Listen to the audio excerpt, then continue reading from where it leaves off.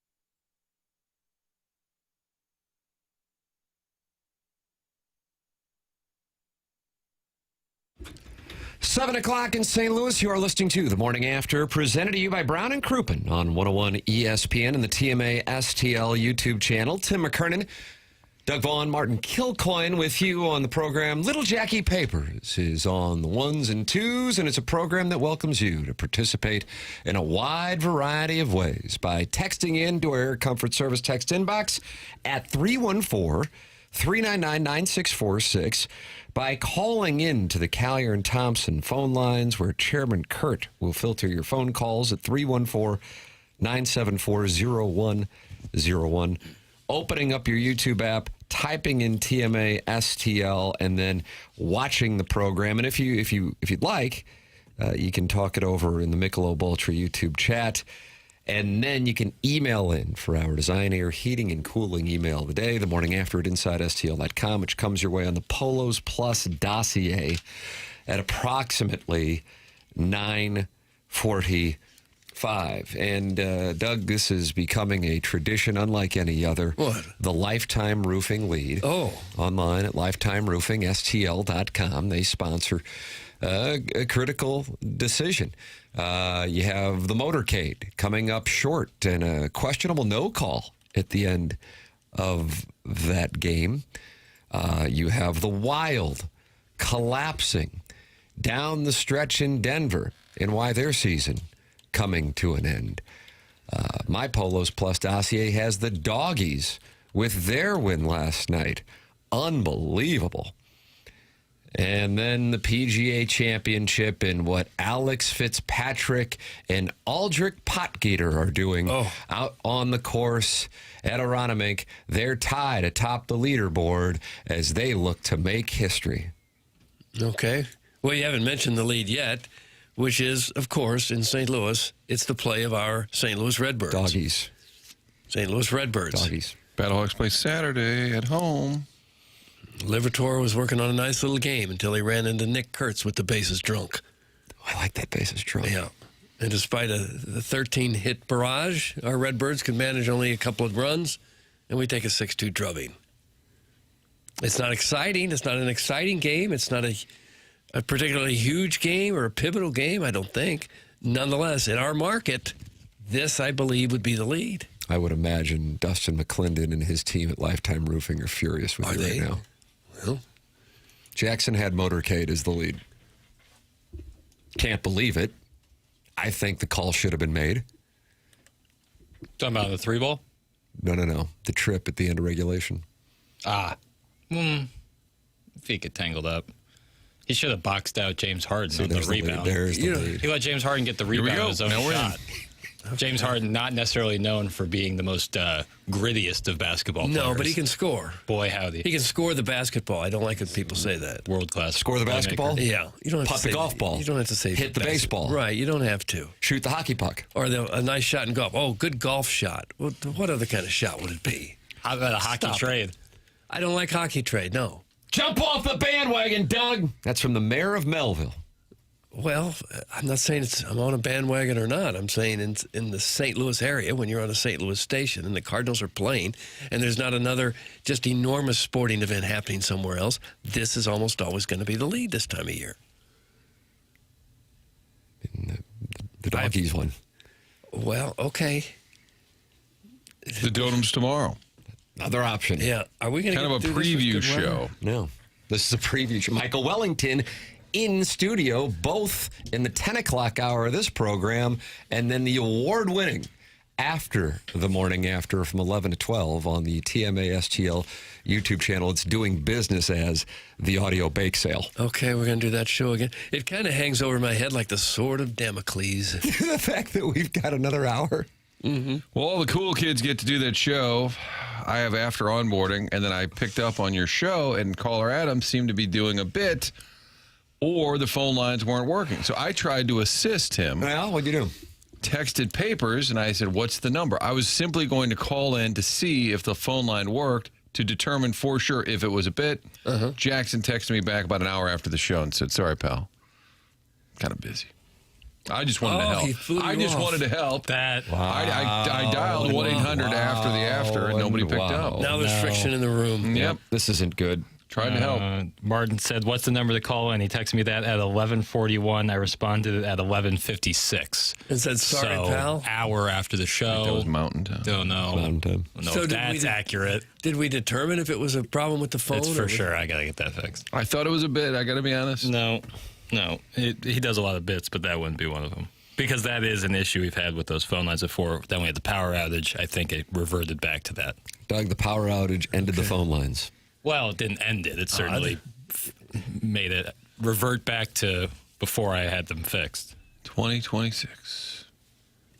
Yeah. It seems weird that it's still a problem just to simply call into a radio station. I was fascinated by it because I wanted to know if it was a bit or not. That's all.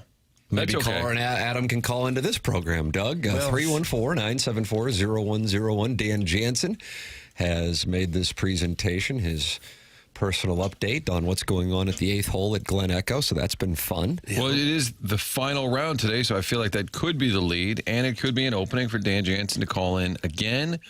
but I feel like he and I have a little tension. Yeah, there is some tension there. And Doug, I think it just kind of shows you that there were a lot of choices for the lead, and maybe this is something you want to go back to the lab and think through. No, I think it's still the Redbirds. Still the Redbirds. It's hard to trump anything that they do. Warson Woods Wacko says, Doug, it's going to be difficult for me to receive your D picks for the next 10 days. I will be remote from the wilderness. That's the Warson Woods Wacko. Okay, I'll stop sending them. Tim, I think the lead is our meeting at the University High School last night. A serendipitous moment that I followed up by pleasuring myself to my Tim McKernan fathead once I returned home to my sleeping quarters. What an honor. Also, tell that liberal that I'd like to square off with my poofy 7-iron this afternoon if he's available. That's from Little Tommy Tribbins, and he rides around on a little tricycle out in the parking lot. He's a neighborhood kid. There was an event at St. Louis U last night. Doug, was Jay Delsing to Tim's right, and then Tom O'Neill was next to him? Tom O'Neill. Tom O'Toole, also known as Tom. I believe Jay Delsing was to the right of Tim. That's correct. And then Tom O'Toole. It was ranked by the best players from the area. Oh, for heaven's sake. And there were two gentlemen to I'm Tim's the left. soft cap 6 now. What was the occasion? 100 years of the, as you call it, University High School golf. The program. They've been playing golf for 100 years? That's right. It's new money. When did the school open? Doug, that's 1818. Yikes. 1818. On that very site? Yeah. I don't believe so. Crowdsourcing. Was Skip Burkmeyer on that day? He's the head coach. I had a friend of mine sniped a shot. Little Tommy Tribbins by chance? I don't believe that would be amazing if this friend of mine is Little Tommy Tribbins sent me the picture. And then, let's see, he referenced triple play cut from 3 different C teams. Did you reference that? That's correct. Okay. I said, wow, hard to do. Yeah, that's the thing. I don't know too many who have. And then when I did make the B team the next year, I did start at second base, and I hope that inspires a lot of kids out there listening to the show. We'll leave out the part where I developed Steve Sachs Chuck Knobloch disease and had 4 errors in one game, which then ended my tenure as the starting second baseman. I think that was at Melville. They took you out at that point? Didn't start me, hence heretofore. After the 4th throwing error from second. It's a tough throw. And I think that's the thing that people ignore. Yeah, it's probably the hardest throw on the field. I saw J.J. Weatherholt field a ground ball last night, and it looked like he took about 5 seconds before throwing over to first base. Maybe I should have done that. And I'd be out there at second base for the Cardinals wearing a Navy cap in protest. Oh, well.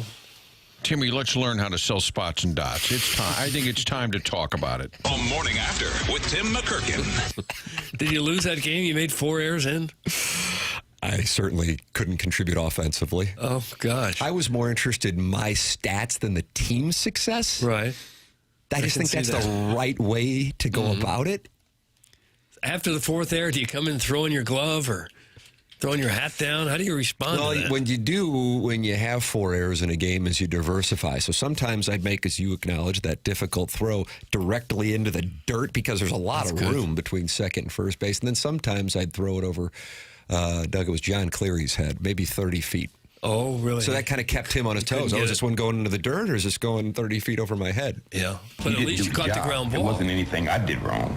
He didn't do the job. That's my quote right there in Melville postgame. Yeah. The more I hear about it, it sounds like you just didn't have a good first baseman. Thank you. I didn't want to say that. But yeah, I hope John's looking himself in the mirror right now. Tim, don't feel discouraged. If you were playing baseball, the world would have missed out on your legendary radio career. The world is better for it. That's from Daddy Likey. Oh, gosh. I have to admit, I struck out 5 times once in an American Legion baseball game. 5 times. So if the golden sombrero is what is that? 4. Platinum, I think. That's a platinum sombrero? I think so, yeah. Platinum sombrero. Just swinging right through it. There was nothing I could do to hit a baseball that day. 5 Ks. Suspend the wacko, Doug. That's from We Too Low. He wants you to suspend him. He's going to the wilderness for the next 10 days. I should spend him because he can no longer receive my D picks? Put that off. Snag it. Pavers was Into the Wild. Was that Tom Hanks' kid? Are you talking about Colin?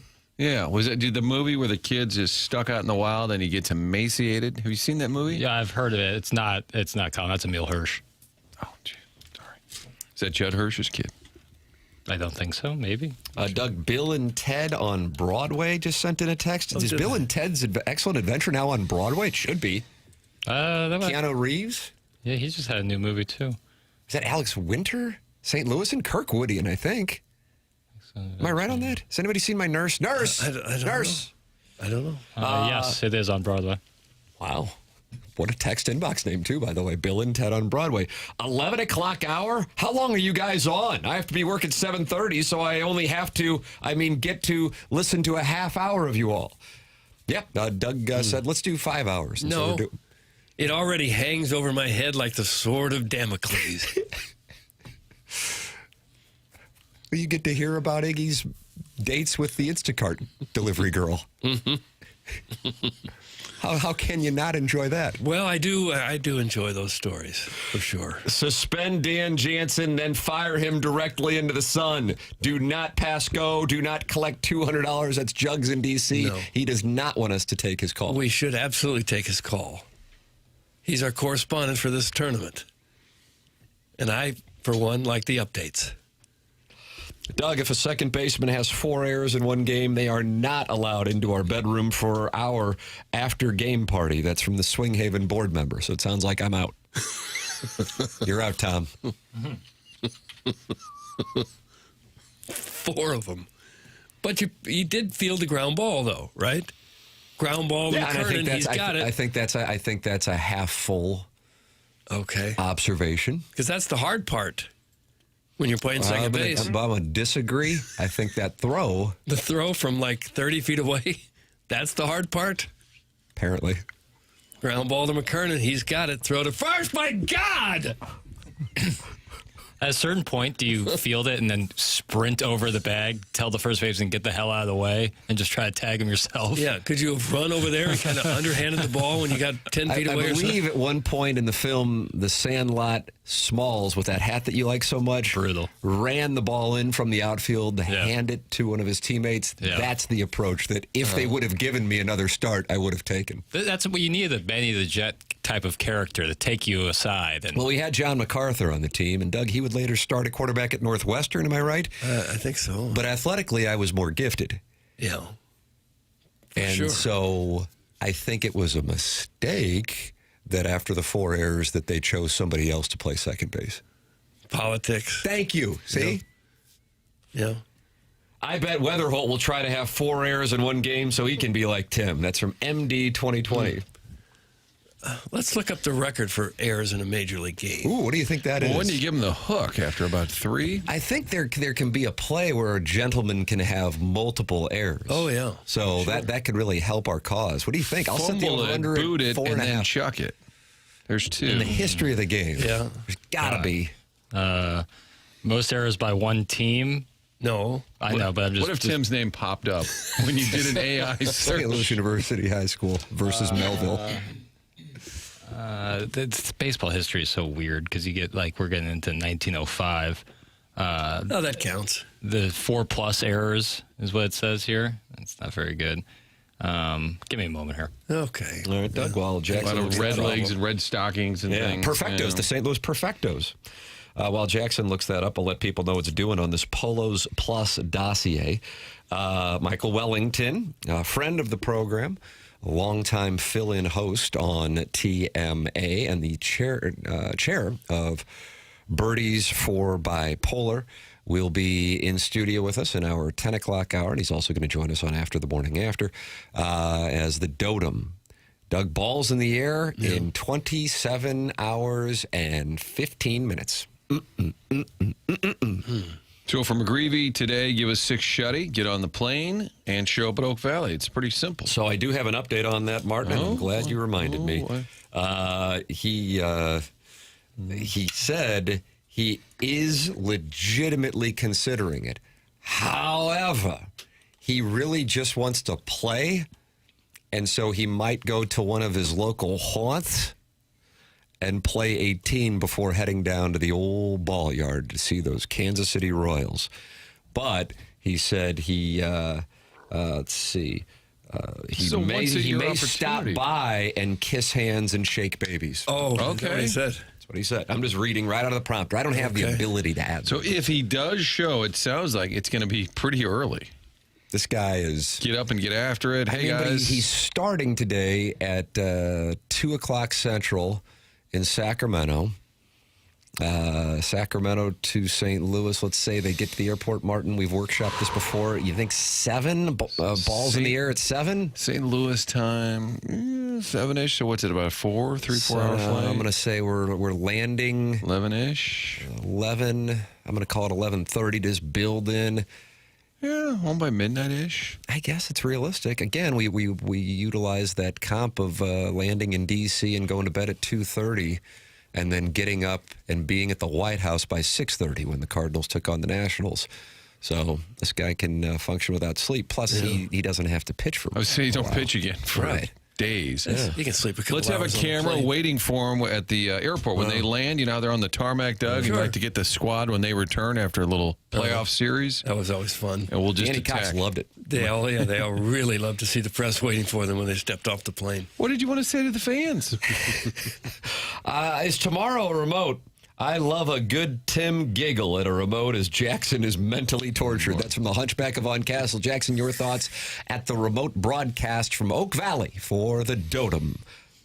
Yeah, we'll see. We'll see how it goes. It's always a Do you fun get adventure. tight in the morning? Like when you wake up, are you particularly stressed? Yeah. Driving down, thinking about it? Yeah. Yeah, 100%. Are you serious? Yes, Well, there's only so much you can do. for Well, sure. we always have this talk with him, but it doesn't change. I don't know what to tell you. Yeah, I get, of course. Well, it's my job. And when I don't know... But you're not the engineer. But is there anything you Right, can do but the today buck that would stops here. change the broad? There's nothing, even driving to get there early, check in with the engineer, Doty. Anything I can do? Are we good? Let's move that cable because Martin might back into it. What else? What can you do? Nothing, but, doesn't change the fact that I'll be nervous. But we'll be all right. I've got through it every time before. You guys want to know about these errors? No, yeah, Sure. I forgot. Yeah, absolutely. Hansel and Gretel. So there was once Tommy John, the namesake of the surgery, Sure. had 3 errors on one play. Someone laid down a bunt. He tried to field it, flubbed the field. So there's error 1. Then sailed the ball over Don Mattingly's head. Okay. There's error 2. And then as the ball rolled into the outfield, someone was coming home. He cut off the throw, and when he threw it home, he threw it wild. Three errors in one play. Did he have another one in that ball game? No. Mark DeRosa, however, in May 2nd, 2004, had 4 errors in one game. And that seems to be the modern record. So DeRosa and I are tied. Both Ivy League educated. What do you think is harder to shake? The 4 errors or not really knowing the rules of the World Baseball Classic while being the manager? Which one's harder to Quite shake? confident the 4 errors. He actually might come. He would probably joke about both. I'm going to put him on the list. I'm going to put Mark DeRosa. Surprise guest. And then apparently, Doug, there is a surprise guest that we will never guess Next Thursday. next really? Thursday. Can we have a hint? Gotta be Ella Reese. Not sports. Oh, it's not Ella Reese, sports. there it is. Sure. That confirms Okay. it. Doug, the happy little hunter, is now tied atop the leaderboard. Just outside of Philadelphia, is Brian Harmon going to win his second major? The happy little hunter is 1 under, joining the red-hot brother of Matt Fitzpatrick. It's so hot when 2 brothers are out there playing together. Is it warm? You're saying it's warm there, or are you just saying it's hot as in boom hot? I think both of my brothers are hot. Okay, Charlie it's Marlowe, that hey, thing. hi. God bless it. Sorry, guys, I had to work. Can you recap the show so far? That's from producer Joe's Ass Scab. Well, Mark DeRosa made a lot of errors. Yep, that'll sum it up. Tim hosted an event at St. Louis U High that got us to baseball, that got us to airs, got us to papers, doing a deep dive. Yep. Tommy John and Mark DeRosa, the culprits. Mm-hmm. In between, we workshopped a number of things. Tommy John was a doggies very with the good win. pitcher. He had a really good career, long career. Did he win 300 games? He was like right there. He may have. Pitched forever. Yeah, he did. Doug selected the Cardinals as the lifetime roofing lead, getting a lot of pushback on that. A lot of pushback on that. Sharon thinks it's the Minnesota Wild, too. Really? Yeah. Well, I mean, you're a mere, 3.5 minutes away from sending it back to St. Paul, 3-2, and you're up by 2 goals. You imagine a team in the Central Division up by a couple goals. Time winding down. Well, do you think a lot of people in St. Louis are really dialed into Minnesota Wild hockey? Sharon is. Oh, okay. Do you feel better that the Wild almost never win, Doug? I was looking it up. They hadn't won a playoff series in 10 years. Really? They advanced this year to the second round. They never win anything. They're always good. Never win anything. Well, that's okay. They got bounced. It's okay. Yeah. They're up 3-0 and still found a way to lose. Oof, brutal. Yeah. How many engineers will be at the Dotem tomorrow? That's from Big Tough. Jackson, do you have One. Is Doty on site? driving in from Tampa? I don't think. I was going to say, where are we lodging him this time? Who knows? Cape Girardeau? He might stay on the campgrounds tonight. Yeah, there are campgrounds. There are. Yeah. Doty will be out there, so just one. Sweet.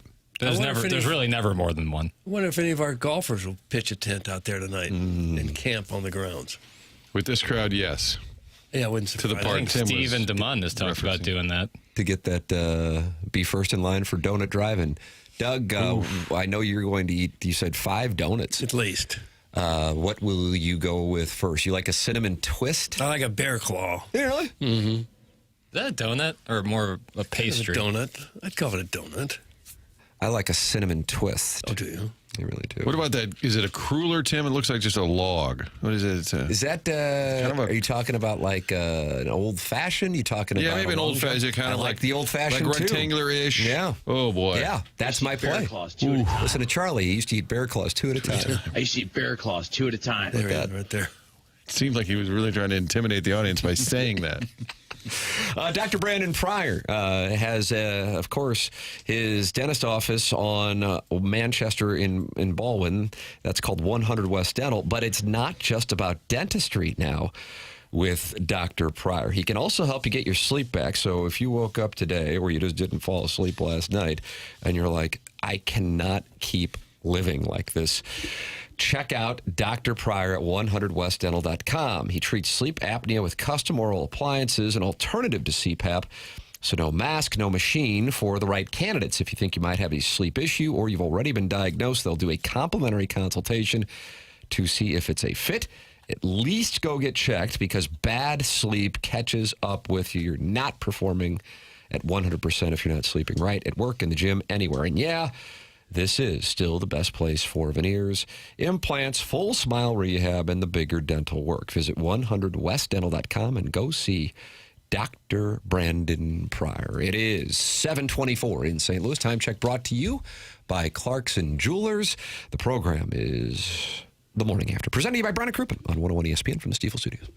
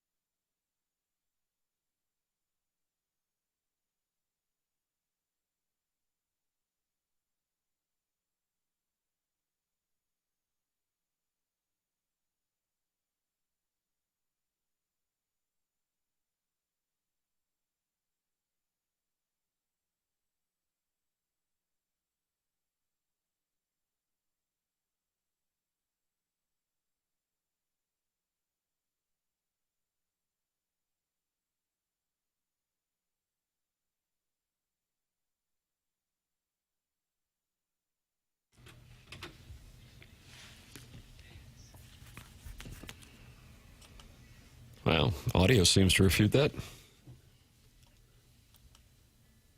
Was Axl Rose possessive with Stephanie Seymour? Is this in their personal life? Were they an item in their personal life? Yeah, and they also, of course, starred in this music video. Or Slash, was he in the desert or on the Great Plains playing that solo? I so wish I could help you, but I That'd be 91, right? Didn't do it. November Rain? I don't know either. I'll tell you what I'm going to do for you, Jackson. I'm going to give you 92 to get you 93 and 91. You don't need to shake it. It's 91. Because I know it's not 1990. I just want to teach other people how to get the years right. So it's them make a lot of money. in front of a church? Yep. Nice. Okay. Looks like the church that Denzel flies into in Flight. Spoiler alert. It's a really good movie. So Probably good. is. Probably the same one, right outside of L.A. somewhere. Oh, here's a good church that would make a nice background. The John Goodman character made one of the best supporting roles ever. Hands off the merchandise. Goodorbad.com. There aren't a lot of Flight actors good. who've been in more movies than John Goodman. Yeah, a lot of credits. Boy, he's been in a bunch.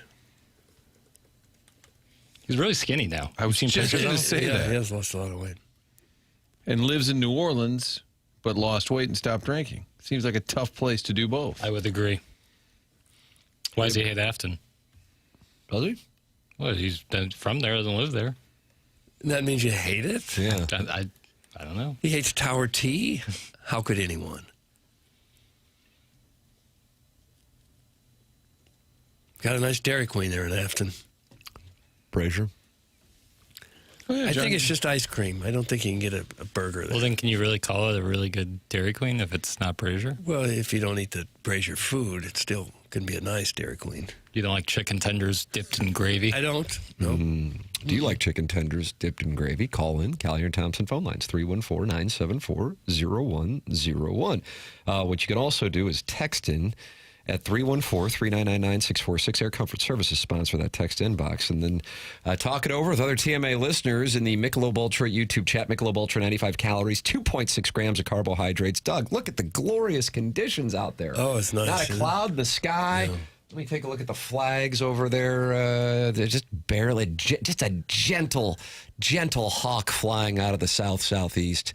Perfect conditions to enjoy a Michelob Ultra at 7:31 in St. Louis with your friends. Gather around. It's only worth it if you enjoy it. Sponsor of the YouTube chat, that's Michelob Ultra, 95 calories, 2.6 grams of carbohydrates. The Cardinals losing last night.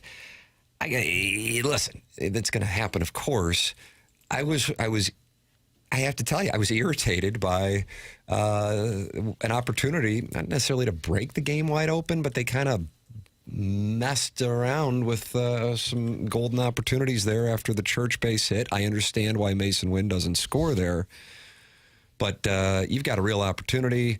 They attempt to go with the squeeze, which they have executed well this year. Victor Scott, I don't know what happened on that, because it looked like he pulled his bat back, and then Wynn's already running down the line, and Felt like he got left out to hung out to dry. I don't know if it was a Somebody didn't get the sign. misconnection. Yeah, that's what I was wondering. But he did show bunt, so that's why I have a tough time believing that it was a missed signal. Yeah, they even said on the broadcast, which Heim was on at the time, saying like it looks like they're going to try the bunt, and then he showed bunt and pulled back, and there's what. And they threw over once before that too, or the catcher did. It's hard to have 13 hits and only score twice. Yeah. Right. Yeah. They had a chance to break it open there in the seventh. They had first and third. I think one out with Herrera, Burleson, Walker coming up. Could only get a sac fly out of that. Burleson also, I thought that ball off the bat down the right field line was yard. I was really surprised that came up short. I kind of got the sense he gave the Nolan Arenado Game 1 2022 Wild Card Series look back like, that's not gone? You got to be kidding me. So even though I would imagine every Cardinal fan is probably going, well, I can't believe their record at this point. This was one that I felt like was a rare one where you go, kind of shot themselves in the foot on this one. and who knows how things play out if you do capitalize on what was a real opportunity early in the game. And as you mentioned, Doug, also the seventh inning. Ali Marmol talking about it, and he agrees. He says he felt like this was the first game this year that the team gave away. This is one of the first games where I felt like we actually handed them the game rather than them beating us. We had opportunities. We created a ton of them, didn't cash in, and then made some mistakes on the bases that cost us. I like that. I agree with that. Be honest with you, I didn't even know he'd said that. I saw it in the sound, but I share that opinion. I suppose you're 41-2 games into the season. If you only get one of those out of 41, 42, you go, okay, well, what about Sunday? They were one strike away. Got beat. 9-pitch at bat. Unfortunate. Sucks, but you tip your cap. In that case last night, I know if you just glanced at the box score, you probably wouldn't think that way. But as you said, Martin, 13 hits, and you only score a couple runs. That's there were some missed opportunities. There's some crappy base running, whatever's going on with the squeeze. 1 for 9 runners in scoring position. Doug, you call it a RISP? Yes, I do. 10 left on. But we got McGreevy today. You win the series, Doug. That's the key. Win the series. Well, yes, just pile up the wins, I think, is the key. Get to 7 over, bring it home. What do we got? The Royals. Nobody's playing better than the Royals. Be fine. Yeah. It looks like Burleson's locked in at the plate. He's hitting a lot of balls right on the nose. It's 3 hits, and then the one that Tim alluded to, I thought was a home run. Yeah, I thought that thing was gone off the bat. I thought there was a no question going off the bat. And then Kurtz's grand slam, I was surprised to see carry out. I know we haven't seen a whole lot of baseball in Sacramento to have an idea, like the Lance Berkman flip home run that led to the Pujols-Lidge moment down the line in the Crawford boxes. That wasn't particularly surprising because they have created a joke of a baseball stadium and you can flip a ball to the opposite field if you're Berkman and it becomes a home run. Bugs you every time you see a game there. Drives me up the wall. Mm-hmm. But in this case, I'm like, I don't know what the dimensions are. And it looks like they've got one of those low walls out there in right field, kind of like they have at Pesky's Portal and at Dodger Stadium and down in Anaheim. Am I right? Anybody else have one of those tiny little walls that I can maybe see over? Dodger Stadium, did you say that? Yeah, Pesky's Portal, Anaheim. You wouldn't have to stand up to see over the wall, would you? I always have an assistant bring the step stool. Okay. So if here's a fly ball deep, it might get out this way. You put the step stool out. That's correct. You hop up on there. That's correct. That's correct. Hurry.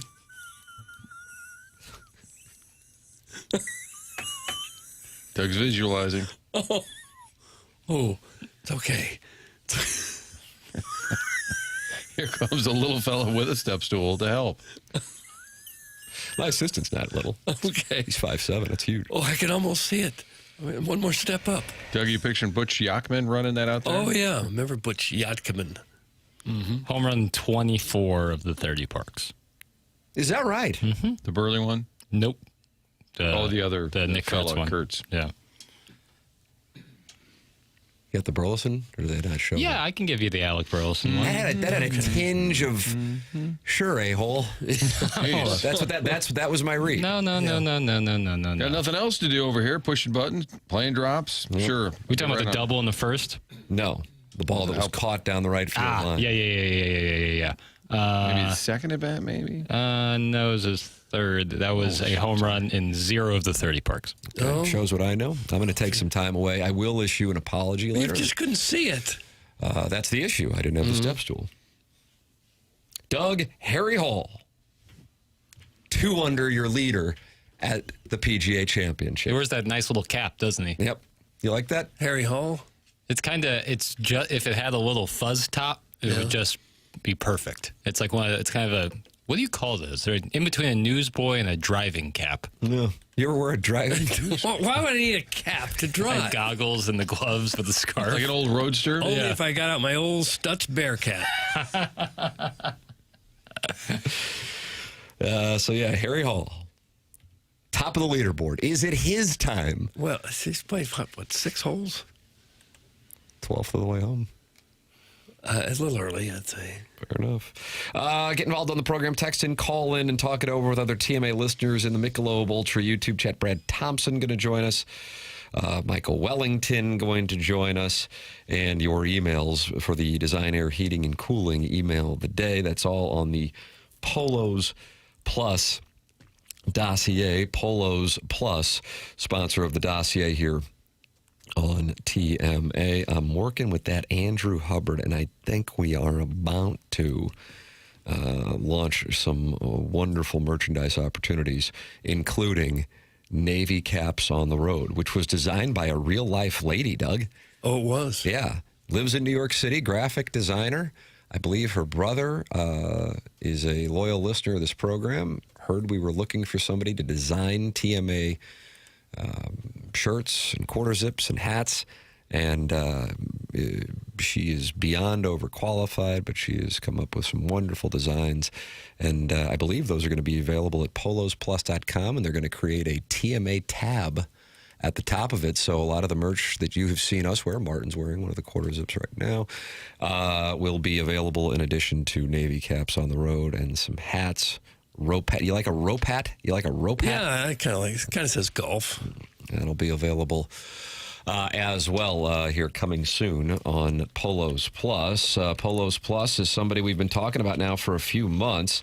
It's a locally owned, run by Corey Lawson with Andrew Hubbard, who I was just talking about, handling sales and marketing, premium brands like Carhartt, Travis Mathew, Nike, Under Armour, polos, quarter zips, jackets, hats, you name it. No minimums, no nonsense, and they stand behind everything they make. Now, here's the thing. Whether you own a business, work for one, sit on a board, help run an event, or just know a buddy out there grinding to grow his own startup, you probably cross paths with somebody who could use what Polos Plus does. That's all they're asking for. Keep them in mind, make an introduction, and put in a good word when it comes up. They've gotten to work with a lot of members of the TMA ecosystem, such as Seth Goldcamp of Design, Air, Heating, and Cooling, James Carlton of the Carlton State Farm Insurance Agency, Mark Hanna of Evergreen Wealth Strategies, and more. And that's exactly the kind of word-of-mouth local business, supporting local business stuff that makes this show what it is. It's polosplus.com. Next time somebody at your office, your kid's team, your neighborhood, whatever, needs branded gear, send them to Polos Plus. That's polosplus.com, sponsor of the dossier. It is 7:41 in St. Louis. Time check brought to you by Clarkson Jewelers, an officially licensed Rolex jeweler. This is the Morning After, 101 ESPN.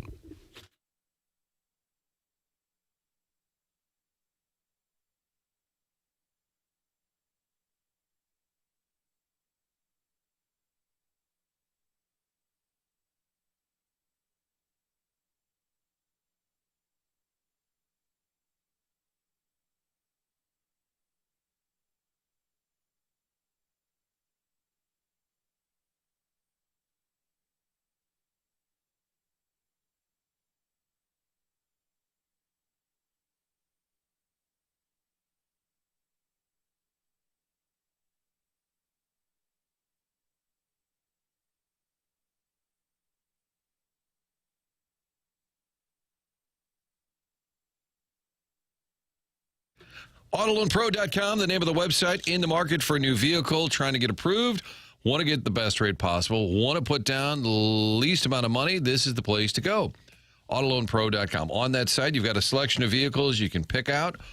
And while you're there, get that playbook. Read it, download it, save it, understand better how the credit industry works. You can do that by going to the site. They work with over 50 different lenders, meaning you will get the best rates absolutely possible, and they'll try hard to make sure it's little to no money down.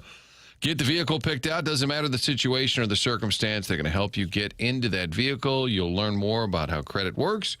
Build your credit by making that purchase, and along the way, down the road, maybe a different car. It's a great opportunity for you to not only get the car, but also to improve your credit. Only thing you need to know is to choose a pro, and that is the AutoLoanPro.com. Robert Thomas, friend of the... Where's he been? He's supposed to stop by. AutoLoanPro.com, the website, to pick out your next vehicle. They are part of the Lita family.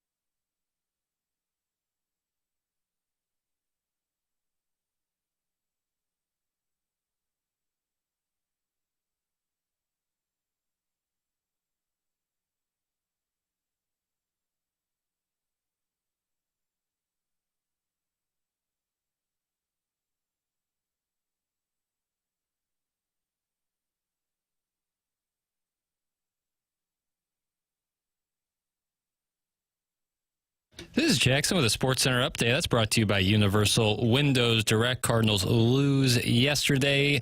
Series tied 1 apiece. Trying to win the series today with a 2:05 p.m. first pitch. Michael McGreevy toeing the slab for the Redbirds. That was another Sports Center update brought to you by Universal Windows Direct. You'll be saying, I love my windows.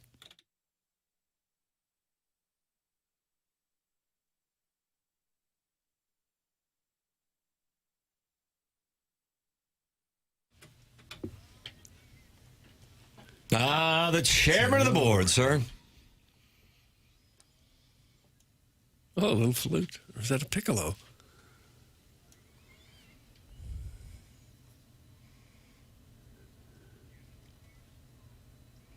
Papers, what is our theme? No real theme, but today is the day that Frank Sinatra left this world. Oh, no. In 1998. 1998. I was, of course, born 2 months prior. So there's a chance you're his soul? Well, as Jay-Z said, real ones multiply. Real ones multiply. That's right. Okay. One mind some Sinatra today. Summer winds can blow it in.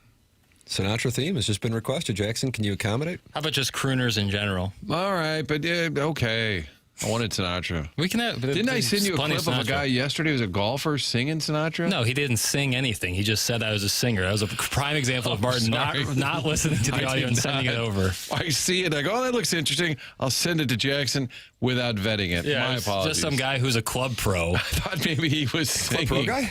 It might as well have been. What are your complaints with the audio I send you?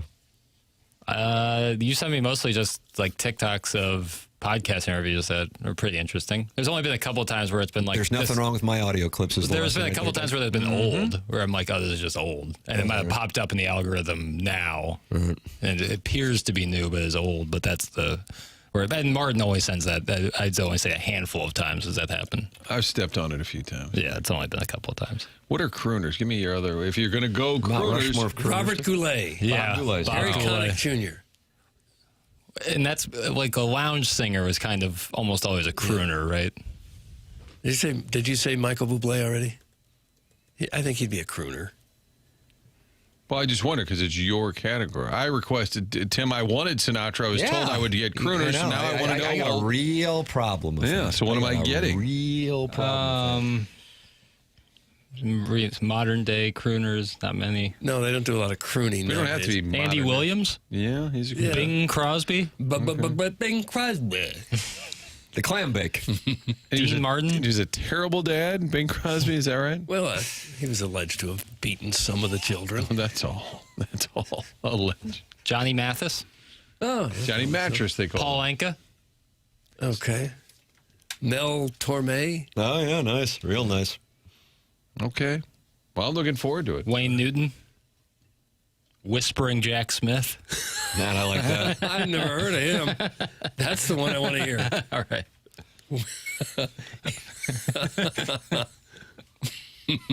I like the name.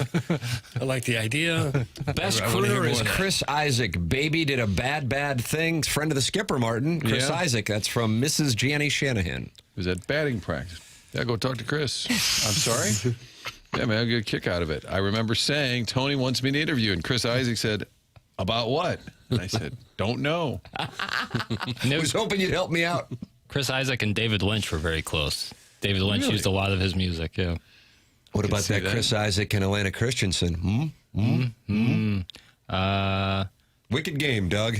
How do you do? Well, you lost me in this conversation after I heard of Whispering Jack Smith. We needed Mike Shannon interviewing Chris Isaac. So tell us about this wicked game you have in mind. Where else would it go? And it's Isaac with a K, is it? Oh, my God. You doing Mike Shannon interviewing anybody makes me giggle. And it's all very exaggerated. I'm not sure I've ever turned into this show in the morning and immediately heard you guys talking about sports. Talk sports! Hey, come on. Doug, doggies, victorious. Okay. Back-to-back wins. That's nice. Getting some momentum, Doug. The only thing is they're going to have a World Cup break, and that's going to pause things here shortly. Yeah. How are the sports? Are they great? Well, they're just fantastic, the sports. especially our sports. These are looking Sports up. talk radio is supposed to be about sports. How about that? Okay. Who's that? And as I look Alpina. That's Elpina, who wants to talk about golf. That's correct. as I look at the table, our doggies are still in next to last place. But look at the playoff picture, Doug. Not that far. I'll give you some Blues math. They're not that far out. There we go. Polling better pay for this segment. They're 3, 3, and 6, but that's to most of us that means 3, 6, and 3 because they put draw as second. We usually do win, losses, and ties. It depends which standings. Depends which table you look at. Some do it win, loss, draw. Some do it win, draw, loss. I don't know. Doug, St. Louis wedding day is not happy with you. Okay. Why are you calling City SC the doggies? I have a Hellcat shirt. I have a Hellcat scarf. I have a Hellcat hat. I have had beverages at the Hellcat bar at City/Energizer Park. That's from St. Louis wedding day. We'll call them doggies if we want to call them doggies. Back off, bub. Doug, give the backstory to St. Louis wedding day, who has that Hellcat scarf, as to the reasoning for the name Dogs. We were kicking around possible nicknames for the team, I believe even before we had a team. And I think we were talking to, who was it, Dave Peacock was on, and he was part of it. And I suggested to him, why don't we call it the St. Louis Dogs with Purina right here and everything. And So Purina was the impetus. In Always Dogtown. be monetizing. And then the doggies actually leaned in and got Purina to sponsor the jerseys. Sure That's they right. Should have gotten a slice of that. There's no other team in major professional sports called simply the Dogs. Who doesn't like a dog? Could have had a little dog running around the sidelines. Purina sponsoring it all. Should be the St. Louis Doggies. And it never really took hold. It hasn't really, no. Now this guy wants to be a Hellcat? Is there really a Hellcat bar downtown somewhere? Yes. Nice show prep. All right. It's embarrassing. Where is that? I think it's in the stadium proper. in Energizer Park. Yeah. That guy who just texted in definitely demands holding the flag all 90 minutes in the supporter section. Yeah. That's from the TMA Reddit Insider. Or holding his scarf up over his shoulders. Okay. Yeah, it's a fun night. It is. But you don't have to overdo it. The hell's a Hellcat? That's from the mayor of Melville. It's a type of fighter plane, right? Or was. I think doggies made perfect sense. Melville gets you Gary Heide, Mark Hanna. Was it Randy Russell Potter? Jenkins. John Randy Potter. Schwabe was a good baseball pitcher. Okay. Doug's got that dog in him. He is iconic. That's from Mr. Mudjack Mike. How about that? How about that? Yeah, that's what we were. Doug, you asked who doesn't like dogs? Jackson is the answer. That's from the 618. But you'd like a dog on the sideline jumping around, wouldn't you? When things were Sure. going well? Sure you would. Like that Georgia Bulldog? You want to have one of those Something little like mascot? that. Yeah. Having a scarf is an all-time worst flex. Just makes people think you're a ninny. Doug, that's from four-time Texter of the Year, Arbor Day. I've already awarded him 2026. Okay. You like the term ninny? Yeah, kind of. I do yeah. too. Yeah. You wouldn't want to be called one. You're a ninny. Hellcats are the dream car of South County. That's from Doug. Is that correct? I thought it was something to do with Camaro, maybe. Oh, it's a Hellcat. It's a car? How do I not know this? It's a version of a Dodge Challenger. Oh, really? It's like a, So it's a humble brag going on with these folks? I guess they're loud. Very Oh, loud. nice. Yeah. So that's like an old money thing, like up and down Conway? Right. Yeah. Yeah. You see a lot of Hellcats usually right there, like Litzinger. Caller Ellen wants to talk about the doggies, Okay. Doug. Okay. She likes 2 wins in a row. We're not going to even worry about the Cardinals losing to the A's last night. Why, they'll get them today and come home and take on the Royals, who have become an arch rival. Joining us right now on the Callier and Thompson phone lines is Caller Ellen. Good morning, Caller Ellen. Hey, fellas. So I'm no Buck Swope, but as I recall, the name Dogs was so funny, and it wasn't doggies. It was Doug saying dogs because the thought was, oh, are we going to be Sporting STL Football Club? Yeah, I don't like or, that. Exactly. And SC. so it was Doug The contracting. Douggies. The St. Louis Douggies. Now we're talking. Sure. But the idea was that he was contrasting it with all these fancy, Sporting Kansas City and all these sort of, I don't know how to qualify the names, but a little too cute. And he just kept coming back with, why don't we just call them the Dogs? And it was just a very funny thing at the time. It doesn't sound so funny coming out of my mouth right now. But at the time, it was very funny. And we were really hoping that the Doggies was going to catch fire, and somehow those Hellcats snuck in there. But I just wanted to do like Buck Swope Jr. type check on that. Okay. One of the texters says Hellcat is an airplane that Jack Taylor flew in World War II. That's right. Taylor family that's the owns connection. the team. That's the connection. Yeah. Oh, well, then I guess that's what we've got to be since it's their club. Yeah, I guess, yeah. They certainly makes sense. bankrolled it. They win. They bankrolled it. Yeah. But we can have cats and dogs. Cats and dogs. All right. Well, that's all I had. Well, that was good, Colin. Thank you. Just a I think nice you're little right. drive-by. Yeah, Call I think your Ellen. The memory's Collier better and than mine. Thompson phone line's one of the millions of female listeners to TMA. I don't know that there's millions. The old school Major League Soccer, like the Sounders, the Earthquakes, they still have names. Yeah, those are all fun. the new ones come along had to be FC. cutesy with the SC. FC. We had the Atletica. I remember when that. Yeah, producer Joe was the was he the color man or the play-by-play? Is that right? Yes, Sure he it was. Yeah. And then there were unfounded suggestions that he developed a rapport with Hope Solo, and he was adamant that had not happened. But Hope Solo was a regular on this program for a while. Is that right? She would come in studio. She lived down on Washington Avenue, right across from where we were living. And she would come to some Inside STL events. She would come in the studio to promote the Athletica. We would let her do that for about 10, 12 seconds, and then we would get into a wide variety of other topics. And this made her a friend of the presentation. But producer Joe was adamant that he never, ever violated the code that he, the color analyst begins, dating. Didn't you want gentlemen? I prefer a man to rub me And that down. was I think that was one of when he testified. She cut it off at that point. Get screwed. Oh, I think she wound up marrying maybe a Seattle Seahawks player. Is that Jeremy Stevens? Yeah, I think so. And wasn't there? Didn't she get a little Had some issues. TMZ'd at some point? I think maybe. But she was a big star there for a while. Bradford's beard, it doesn't do it for me. Okay. How many? Was that a topic? From the desk of Joe P. I don't know what this means, but Doug, you can do something with it. Guys out here in Swing Haven, a third-row seat vehicle is a must. How else are the moms going to have enough room for the other couples? That's from the Swing Haven board member. Oh, so you need 3 rows of seats for the 2 other couples. Wow. Big evening. Where are you hauling them to? Yeah, good question. Nice follow-ups. Probably the club, Swing Haven Country Club. Yeah. Let's see. Hello. Why are Pages and Scott still on the roster? Promote Crooks and Blaze. That's from Mr. Banger. He is not happy with the makeup of this Cardinal roster, Doug. What would you like to do?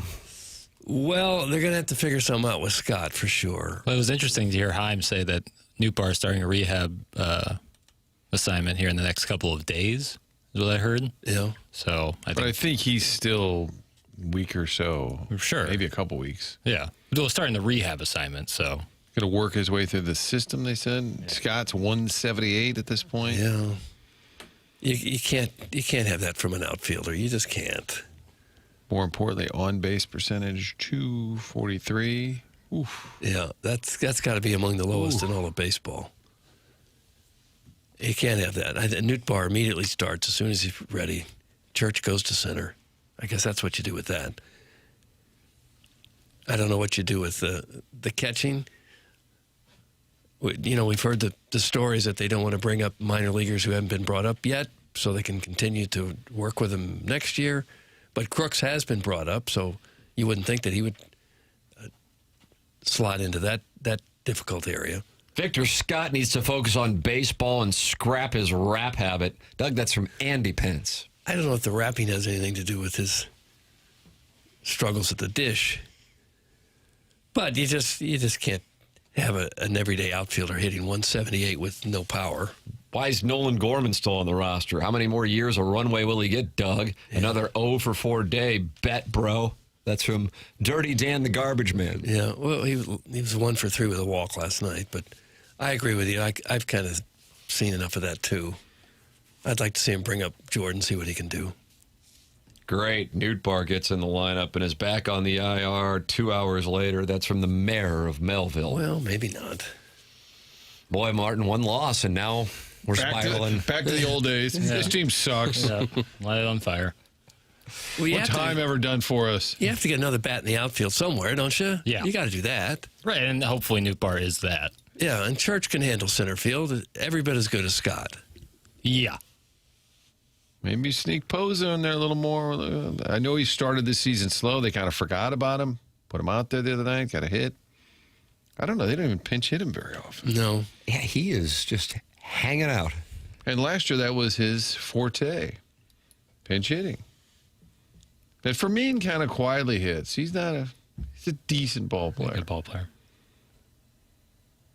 More importantly, Gorman made 2 errors that weren't counted. Plays that a third baseman in the major leagues needs to make. I got some of the 3-1-4. Okay. Well, I don't know how much longer they'll go with him. This is what, year 5? Oh, I'm sorry. That was Percy Blumpkin. Oh, okay. That was important. Important distinction. Yeah. I like to credit people when they bring heat. Yeah. Percy Blumpkin on it first. You need like a John Heyman cap tip when they all say it. Jeff Passan was on it. This is the 5th year for Gorman. His lifetime average is 219. The last 3 years, he's hit 203, 205, 226. That's tough to have that kind of bat in your lineup every day. Mm-hmm. Is this a sports station? Thomas and Holly are playing for Team Canada. Oscar will dress for Sweden, and Pia Suter will play for Swiss, 2026 world champions. So, all dining in Zurich, apparently. And Otters Springfield play game 2 tonight. Wake up, Sports Station 101 ESPN. Leave us alone. Wake up, Sports Station. Doug, that's from Joseph SPI. Oh, God, I hope that's real. What does that mean? That's his name? No, that text was serious. SPI. That would be really awesome. You sometimes think these are performative. Sure. Yeah. I think often. But when the real one comes in, it's just a treat. Tonight, it's at Wilkes-Barre, I believe. Jackson, where are you watching it? You talking about the T-Birds? Yes, they're playing on the road at Wilkes-Barre. This will be game 2, I believe, of the series. Sure. No plans to watch right now, but, things can change. Would you ever plan for it, or you might just fall into it? It would be a cool slant of me to be like, I don't care about the NHL, but I really like minor league hockey. Just dig it. Yeah. Like, I find it a more pure version of the sport. Elitist. Yeah. Quit talking about sports! What are everyone's thoughts on Steak and Shake's new tots? Doug, that's some Major Stronzo. I got to be honest with you. I didn't know it. Hat tip to Major Stronzo. News to me. Stronzo was on it first. They have tots? They have billboards. They have more billboards than restaurants. They have a lot of billboards saying that it's the beef tallow. Is that what it is? The beef tallow tots? Chairman, do you know this? I thought I heard a grunt. They have eliminated seed oils and are now using beef tallow and have introduced the tallow tots. They've also eliminated a lot of their locations. Yeah, most of them, which makes it harder to get. But they have a lot of billboards. I've always felt like tater tots are our little misunderstood friends. Misunderstood friends. Uh-huh. It's a high floor, low ceiling potato. It's a little easier to handle than a French fry. You've had bad tots, bro? No, I'm saying, like, you're rarely going to get a bad tot, but even a great tot is... There's not much difference between a run-of-the-mill tot and a great tot. But you call that high floor. High floor, right. High floor, high low floor, ceiling. low So you're ceiling. saying every tot tastes the same to you? More or less. It's a small window. It's a very small little window. Whereas French fries, low floor, high ceiling. Low floor being In-N-Out's fries. The lowest. Amen. Although Steak and Shake fries are near the bottom. Yeah, they're terrible. Yeah. Skinny little, greasy little fries. Yeah, and that's why they brought our friend the tot in? Maybe. But even that, I don't think could save it. I bet you love Todd's Quick Trip Pizza Boy. That's from Rusty Pecker. And that's for Doug. I was so upset with myself. I had one piece of it and I was painted with regret. The Billie Eilish movie is so good. That's from the 314. It's a concert movie directed by James Cameron, crazy enough. But a concert movie talking about high floor, low ceiling. Doug, are you going to see the Billie Eilish? Probably not. It's just a filmed concert. Okay. Steak and Shake's a joke. You have to scan your receipt just to get your damn drink. It's so stupid. Just like this show. That's from the chairman's pocket partner. That's fair. Waffle fries still suck. That's from Jesse Spano's dealer. Yeah, Martin. That's the kind of. I don't want to read stuff like that anymore. I'm willing to make a take here. I've had. Okay, all right. Let's go. What do you got? I've had. Should I put on the hot take mittens? He's willing to make a take. You're stepping out today. I've had sweet potato fries a lot recently. Oh, those are nice and just delightful. Yeah, they are. They're really good. They taste a little cleaner. I would say, not like necessarily like obvious still potatoes fried, but it's some about it tastes a little less salty. Yeah, I'm into sweet potato fries. Yeah, they're better for you. Yeah, I'm into them. Okay. Some places, though, will sprinkle a little brown sugar, cinnamon on it. Sign me up. Yeah, but if they overdo it, then all of a sudden, oof. Yeah, you don't want to overhandle. Guys, did you see Chuck Todd is now selling insurance? He is actively devaluing my degree. That's Jugs in D.C. Doug, he is a George Washington graduate. He's not happy that Chuck Todd made them change their nickname from the Colonials to the Revolutionaries. And now he's selling insurance? Is that what he's doing? Or we need to get him on, because I don't think he changed the name, but he voiced the video. In the Catholics versus Convicts 30 for 30, Chuck Todd is prominent. He is? He is. Grew up isn't he a big Miami fan? Grew up in that Miami Can't area. shake this Chuck Todd. He's everywhere.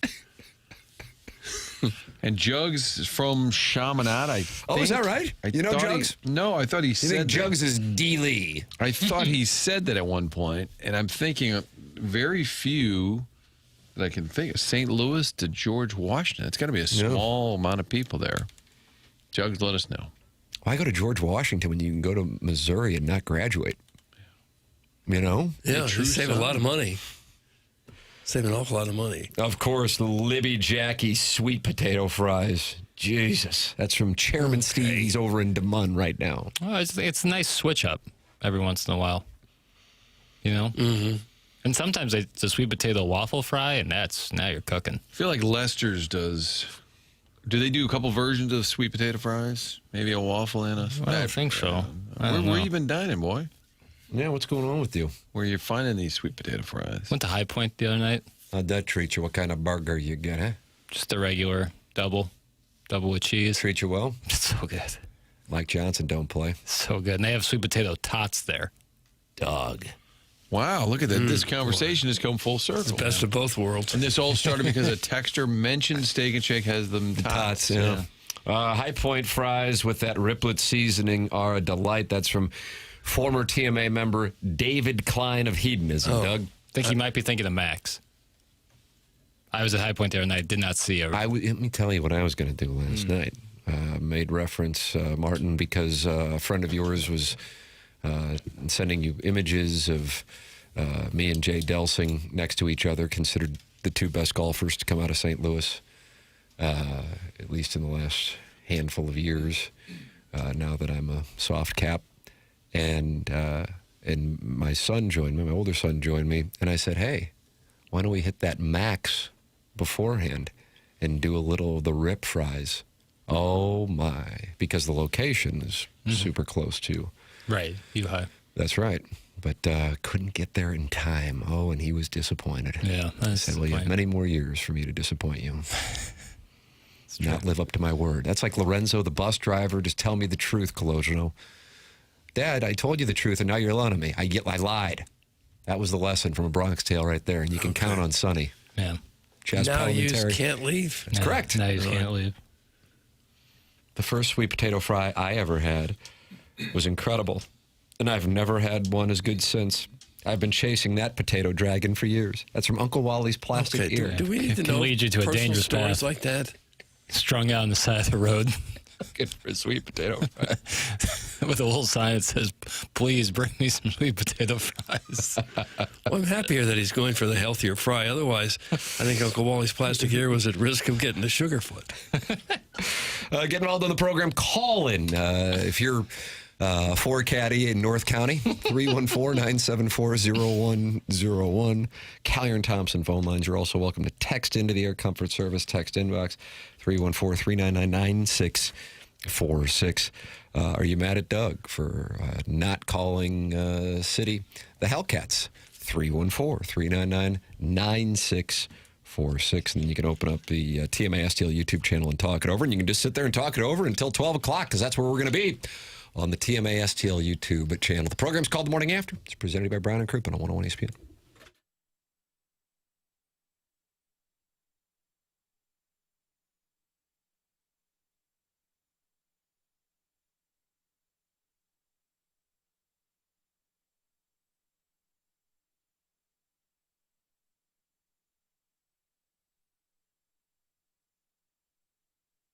At Michael's Baths, they create elevated bathroom spaces that blend luxury, comfort, and smart design, all tailored to the way you live. From sleek tub-to-shower conversions to full high-end bathroom remodels, including paint and electrical.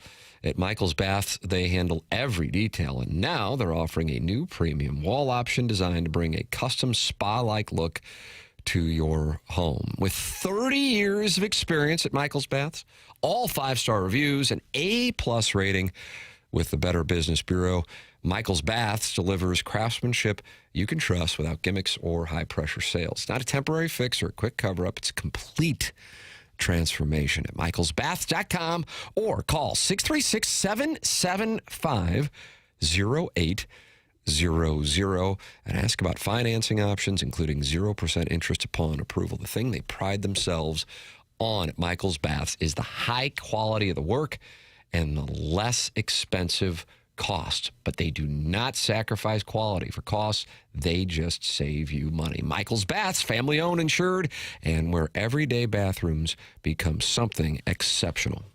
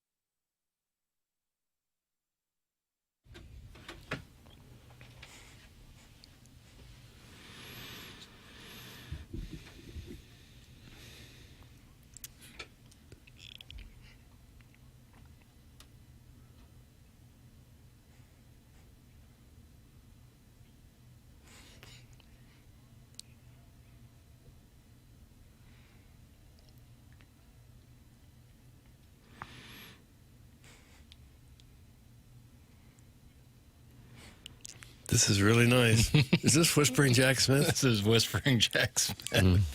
Well, that's good stuff there. Really creepy. I mean, this is like some of the You think creepiest. Scorsese will use this in a famed murder scene at some point? Someone could use this in a horror movie. There's a scene in the movie Insidious where I think it's Tiny Tim plays the Meadows This has song. kind of a hint of Tiny That's what it Tim. feels like. It does feel like it. That's what it feels That was like. at the highest rated Tonight Show ever when he got married. I believe so. This music sounds like it's from like the 1930s or something. Would be accurate. It is from the 1930s. Is it? Victor Which Rollo? is cool. It's cool that like on any music streaming service you can get music from the 1930s. It sounds pretty good, all things considered. Yeah. Let's listen.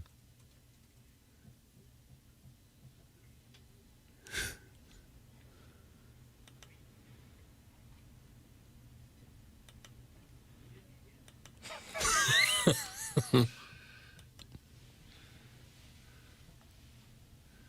think he just whipped this up to send into the local radio show, hoping they would play it. Before there was Rogers and Amaretto, there was Whispering Jack. I don't know. This is so cool, Jackson. That's from Steven time. How about that? It's a good I tune. don't know. It's some. Fabulous tune. Might not be one you need to listen to over and over again, but No. one time. Not very catchy, I would say. No. Hey, Papers, how much did that burger, sweet potato, fry, and drink cost you at High Point? That's from Dirty Dan the Garbage Man. About 17. What'd you wash it down with? A little frosty root beer. Frosty root beer. Yeah. Shout out to our friends in Breeze, Illinois. That's where it's made? You know, like ski. You ever heard of ski soda? Oh, I love ski. That's a Breeze, Illinois classic right there. Clinton County, represent. Guys, was that Michael McGreevy's walk-up song? That's from Drinking with Kevin in Wright City. Well, he rarely hits, but if he were to, I think it would be. That's Drinking with Kevin in Wright City. What kind of hitter would he be? Left-handed hitter, I think. Correct. I don't know. Slap hitter? I, for one, don't miss the pitchers, not the pitchers hitting. I do. Not hitting. I miss it. I like the strategy involved. I like the hitters. But I understand I'm in the minority, similar to my position on the Major League playoffs, expanding like a violent waste. Like a violent waste. Okay. Well, the good news is right now the Cardinals would be in if the playoffs were today. They would be tied with the Brewers for the second and or third wildcard. They've slipped a half a game behind the Dodgers, Doug, in case you're monitoring it closely. I was. Sorry, do you have the Vaughn Index? This is just the MLB standings. Vaughn Index currently stands at 2.5. I liked that last night, Jordan Walker, he swung and missed at a breaking ball inside in a key at bat. And I liked, this wasn't because, I like to see emotion, but I liked that he was pissed at himself because now I think he has expectations. I don't think you saw that the first few years. And maybe that is a read that is not accurate, but that he struck me as defeated so often, I guess, for lack of a better term, when you would see him just not be able to deliver in 23, 24, and 25. And now I think there's an expectation, and most of the time, if he is making it out, here at least since he got on the heater, he's making hard contact, and in that key at bat, he swung and missed and expressed his frustration, and I think that communicates subconsciously that he now has an expectation to come through, especially when he felt like that was a pitch he could hit.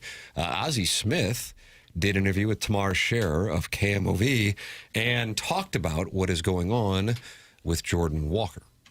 We have to realize youth. They're young, man. They're all young, so you got to give them a chance to grow. You got to give them a chance to learn. And I think sometimes expecting too much from guys who are 23, 24 years old. And Jordan's going to hit home runs, but it's something that comes with time. And I see him hopefully getting to a point to where Aaron Judge is, understanding the importance of the way that you bring the ball back to you is you got to hit it the other way. They're going to throw it out there until you show them that you can hit it out there. And I think now he understands how to lay off of that pitch a little bit more. It was his Achilles heel, but now, because they know that he can hit the ball that way, now you get more pitches on the inside part of the plate, and they make more mistakes, and he takes advantage of it. Aaron Judge, how about that? That's big-time ball there coming from a Hall of Famer on a home run by the Wizard. And people have made that comp loosely before because of their size and because Judge was a little bit of a late bloomer. I agree with you. Body language, just sort of psyche, I think, has been notably different for Jordan Walker. I think he was a little beat down. Some of it is, the scrutiny. Everybody knows, hey, you're a top pick. A lot's expected. Big, strong guy. When's it going to happen? When are you going to become a legit big leaguer? I think he'd been carrying that around. So as he's had more success this year, I think he has become a more confident hitter. Yeah. And it sounds silly, but body language, you can just tell even the last couple of years how Mason Wynn just carries himself, or Burleson, like they feel like they belong and they feel like they kind of know what they're doing, where you could tell Walker was always just sort of scrambling just to see if it'd work. I hope it continues. That's the story for the Cardinals. If he drops off, that lineup just crumbles. Yeah, he's the key to it all. Probably the single most important key to their whole success so far this year is putting a guy right there in the middle of the lineup who hits for power, hits for average, drives and runs. That's been the big difference between this year and the last couple of years. You didn't have that. Eventually, though, would you pitch to him if Gorman's the guy behind him? Like, I think eventually who's behind him is becoming a bigger topic, too. If the league starts to figure out, hey, this guy's locked in this year, you going to really give him anything to hit? Well, who's behind him? Gorman? Well, on Tuesday night, they swapped Burleson and Walker in the order. The lefty. And that kind of made sense to me. I could see him doing that. I still can't stand Mason Wynn and Jordan Walker's stupid chains. Doug, that's from Eric in the Central West End. Well, I wouldn't let that bug you. Jesus. Does everything bug Eric? Only certain things. Let's see. He wants you to know that he also bats left and throws right. He says sweet potato fries are trash. Tots in their chili would be the bees. The Columbus Crew had a hot topless guy logo. Every Hellcat smells like weed and had expired temp tags. They'd have dogs with the players on the post-game interviews. Jackson would hate it. And let's see. Rope hats look stupid. Jackson, thanks for playing Hey Ma yesterday. That's one of my all-time favorites there, right there. All right. Yeah. Take that. Little pat on the rump for you. Kill a cam. Mm-hmm. Hello. Drinking with Kevin in Wright City asked me why TMA don't talk about the Battlehawks. I told them because y'all would rather talk about Jackson's crush on Marshy. That's from Wright City Hoss. Oh. That's probably accurate. Yeah, man, that's objectively correct. Did I have a crush on Marshy? Yeah, why? No. What our preferences are in topics. Why we would talk about, we prefer to talk about that over the Battlehawks. For sure. No question there. Me having a crush on Marshy? I don't know. Great guy.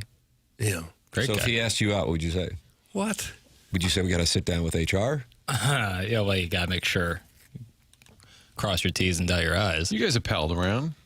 Sure. You went on and drank wine one Saturday, right? We never drank wine. We never split a bottle of Pinot. But we've been to on a Saturday, were you ever with Marsh and was there wine consumed? No. Oh, okay. No. How about a Friday? No wine. Okay. Oh, I hung out with him on a Friday, but there was no wine. Okay. Huh. Do you often go to sports bars and order a glass of white? I do not. Right. You're at the ball game. Budweiser, Bud Light. Excuse me, sir. Any Chardonnay? Can you imagine? Do they sell wine at Cardinal games? That's a great question. I bet in the boxes they have it. Yeah, but I'm do sure. They sell it at any of like the at a stands? concession stand, can you get a glass of wine? I can't imagine. You boys going to any games this weekend? I'm going Sunday. Sunday? It's going to be like the only day We where can hang out. Maybe do a little show prep. It's going to be hot Sunday, isn't it? It's supposed to get up to like 92 degrees, I think, coming up here soon. It's almost as if the weather's not available to this show. 86 is the high on Sunday. I'll wilt.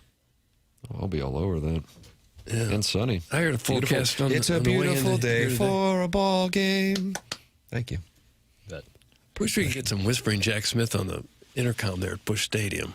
I don't know. Play that throughout the stadium. Now that would get the fans going. I guess it would. You'd prefer that really over the would. Skinnerd? Yeah, I would. Pirates are here Tuesday, Wednesday, Thursday. We're a week away from one of those getaway games. What about today as a getaway game? I got some asks about the getaway game today. Gotta win this series. God, McGreevy's been out there dealing. It feels like when you bulk up, let's get the win. We got McGreevy. I think given the nature of the loss last night, it's going to be like, all right, let's set ourselves up for a good homestand with a win in this AAA ballpark. See, the over-under is 9.5. That's the highest of any game played today in the majors. Now, they do have a lefty. The A's have a lefty, so you might see a Fermin-Sajaci combo out there again. My guy Kevin Roth's weather site, Doug, which I legitimately do pay $16 a month for, and it delivers handsomely on return on investment. He has got this game is 59% under based on these conditions. So that total is surprising. Who's throwing for whatever the hell this thing's called now? Jacob Lopez. Yeah. 3-2 on the year with a 6.1 ERA. No previous facing of Cardinal bats. I gather the Cardinals are the favorites. That's a question right there, Tim. And when I say question, I mean a good one. That's a good one that warrants an answer. What was the question again, Jackson? This got the A's at minus 112. Wow. Well, they must think McGreevy's going to have a rough one. Cardinals in the under? That number is so strange. I know that ballpark generates offense. Yeah. Pair that up with Sky Scheffler to be your first-round leader. Well, I mean, he's going to have to chase down the great Steven Yeager, Doug, who is 4 under through 7 and enjoys a 2-stroke lead over Xander Schauffele, Cam Smith, Michael Brennan, and Harris English. There's your update from Aronimink. Okay. Friend of the show, Louise, says, yes, you can buy wine at the concession stands at Busch. How about that? All right, cool. I won't, but it's nice to know that it's there. No. I'm going to the game today. That's from Bang Bang Niner Gang guy. Oh, nice. I asked for a first-hand account the other day. Somebody was out there going to the game. Yeah. Just kind of what's the ball yard like. Looked like it was packed. That's for sure. I mean, I realize there's 10,000 seats. Right. That would have been a fun trip to do, just to say you did it. Sacramento. Yeah. Cardinal game. It's like you need one more thing out there to get you to go out. You know? One more thing. Just one more event. Yeah, something to entice you. Timmy had taken the family to the ball game Sunday. Big day for the kids. On Sundays at the ballpark, I think they can run the bases after the game. Ice cream out at Ford Plaza for the kids with Fredbird. How about that? That's from Ian LaPerriere. Lappy with a little tip for the families. Sunday's always the day that you can run the bases. Right? Yeah. Uh-huh. Saturdays, they usually have high school games. But I guess that's probably Timmy, you can get out there and run the bases? God. Can you do a video of that? They line up from here to next week to do a hamstring. You'd have to shave your beard, but I think you might be able to disguise yourself. Nothing sounds better than a brat and a white Zinfandel. That's from The Big Show. Oof. I can feel the acid reflux. I'm not sure I've ever seen anyone drinking a wine. I haven't either. Doug, I was listening to Buck Swope's Origins of Dotem and was wondering if you still are a glory hole inspector. That's from DTF Doug. There's no reason to be an inspector because they don't exist as far as I can see. 15-yarder for Bill. I've never seen one, ever. All the restrooms that I've hung out in, and there have been many, I've never seen a glory hole, not one. So I'm skeptical that they even exist. You sound ridiculous. Have you seen one? Mm-hmm. Glory holes are real. No, I don't think they are. Never. How do we have a drop? That was a verified. Sounds like a statement during World War II that came out over the radio. Glory holes are real. I posted a picture on Facebook about a glory hole. Larry Nickel. He's been covering it for a while. He does a wonderful, wonderful job. Text in 314-399-9646. That's how you can get involved by texting into the Air Comfort Service text inbox. And you got the Michelob Ultra YouTube chat, youtube.com/TMASTL. And, of course, email in for our Design Air Heating and Cooling email of the day, the morning after at InsideSTL.com. Martin, you know anything about Design Air? I do. They are iconic. Been around St. Louis. Now, that's when you use the word iconic. When we're talking about Design Air Heating and Cooling, been around St. Louis for more than a century. Family-owned business from day one. Still true. 4th generation Seth Goldcamp. Family business, that's important. That means that your name is behind it, and therefore there's a lot of dedication to service during the sale, after the sale. Service. That's what it's all about at Design Air, and there is a difference when they're in your home. Getting that repair done, not trying to sell you something you don't need. They work with the employees and say, we just don't want to be known for that. That's why they don't do it. Get online, designerservice.com. It's also where you get a maintenance plan. Everything about the process is simple. We enjoy working with them and love the reviews. Let us know if you've had design error out to your home. Send us a note. We love sharing those stories along the way. Designerservice.com. Get a maintenance plan. Get a checkup. Summer will be here soon. Make sure you're good with designerservice.com. The program is called The Morning After. It is presented to you by Brown and Crouppen from the Stiefel Studios on 101 ESPN.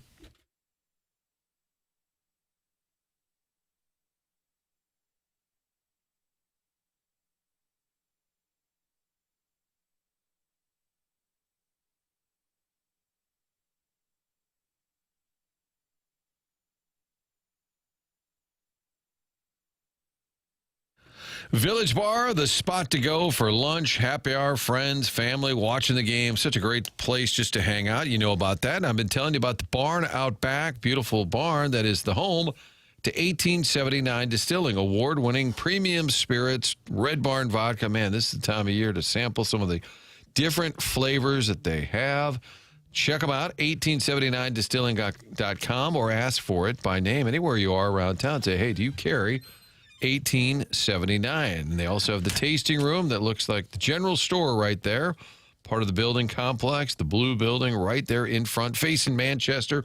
Tasting room, noon to 5 on Saturdays. Going to start getting more hours where they open that up so you can purchase merchandise as well as some of the swag, the Village Bar T-shirts and hats and sweatshirts. They also have 1879 material.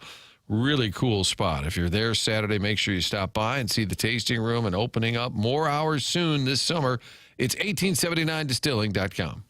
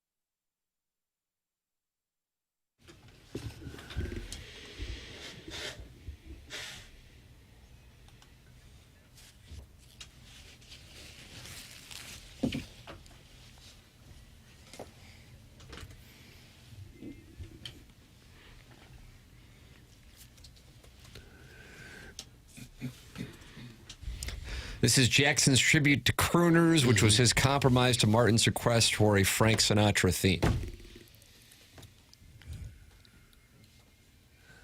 Pretty good, though, right? Harry Connick Jr.? That's right. And he starred in Independence Day? Oh, did he?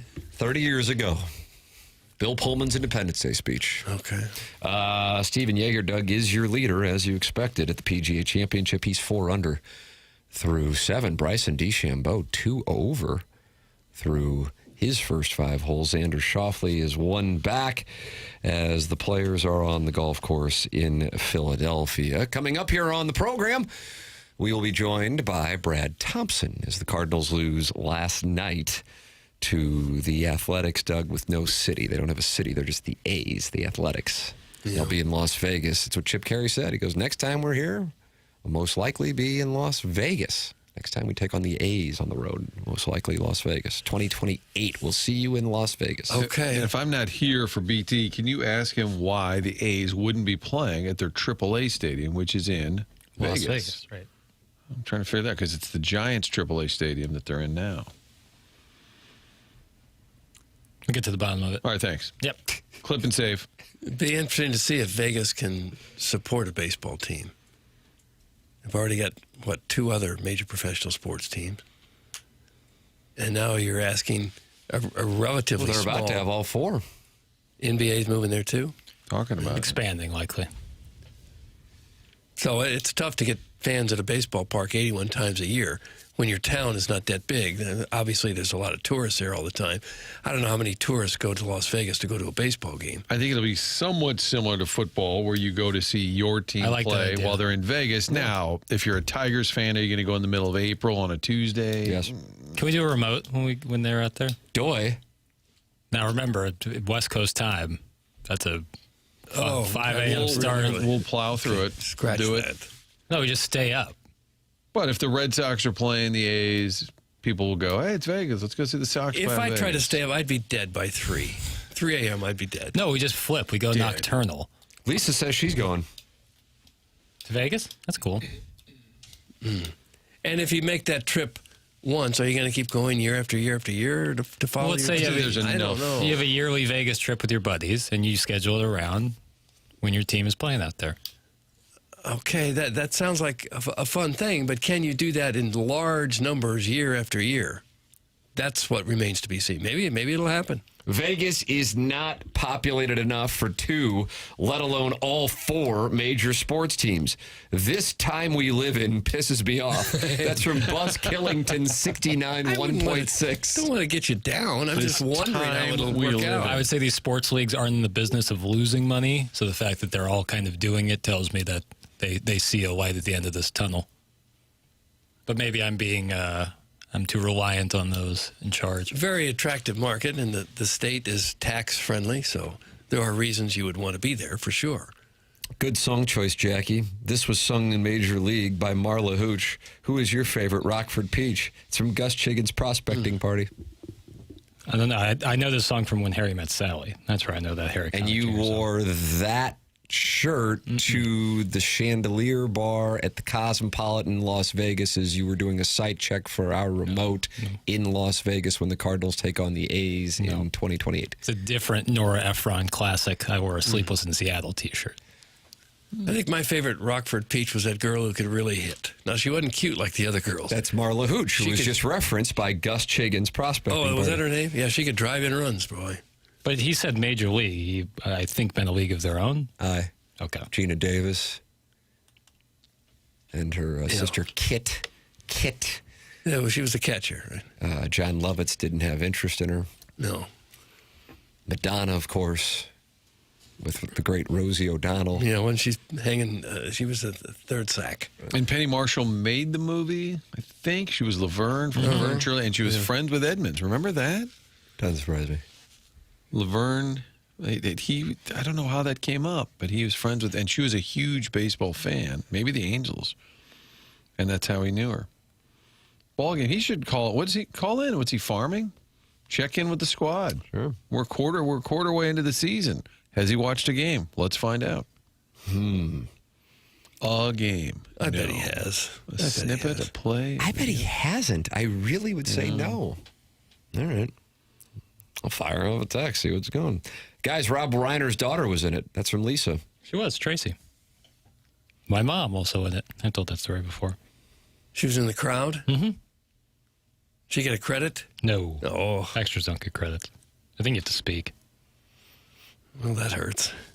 Doug, we welcome people to participate in this program. So many different ways to do it, too. You can call in, you can text in, you can talk it over with other TMA listeners in the Michelob Ultra YouTube chat. You can compete for the Design Air Heating and Cooling email of the day.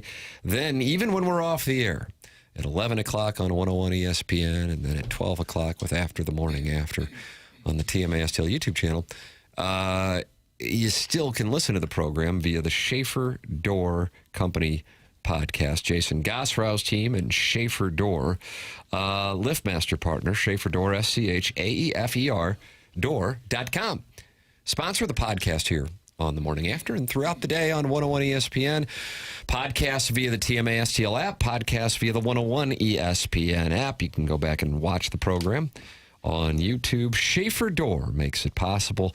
If you have any garage door issues, whether it be residential or commercial, work with Schaefer Door at schaeferdoor.com, a LiftMaster partner. LiftMaster doors are quiet and versatile. It's Schaefer Door at schaeferdoor.com. Callier and Thompson phone lines, the number is 314-974-0101. It looks like people are choosing to get involved, Doug, because Dan is on the phone lines. Dan who? I don't know. Dan, good morning. You're on with Doug Vaughn. Good morning, guys. Oh, Dan Jansen. Oh, hello, Dan. You're back at the golf course. I am. I'm back at the golf course. And Jackson, since you play this course occasionally, some would say frequently, you know they name each hole. And number 8 is named Alps. Okay? Alps. Okay? Alps. So when Alps. If you say it again, I'm dropping you. When I called What was it? in, What was it? Alps. When I called in on Tuesday, I was basically climbing the Matterhorn, and that's why I was out of breath. Sure. So it's a hilly hole. Yes. Next order of business. Jugs in D.C., if you're actually from Chaminade, Estovere and get off my back. Oh, wow. That's the Chaminade Doug salute of sorts slogan. Wow. Okay. Has the tournament started out there today yet? The tournament started out today, so this is round 3, the final round. You know, so it's they go off in twosomes. There was a cut, so it's top 18 in ties. The leader is a guy named Willie Mack III, and I only mentioned his name because Frank Cusimano did a feature on him on Tuesday night on sports, and it's an interesting story. So he's the leader at 137. One guy's one shot back, and then there's 4 grouped at 3 shots back. That's the kind of detailed sports reporting I like. One guy has a shot back. I like that. You're not going to know names. So yesterday, you mean Willie Mack's name? Yeah, well, some people know it. So yesterday was moving day, which I mentioned, and the field moved backwards. The old course showed her teeth.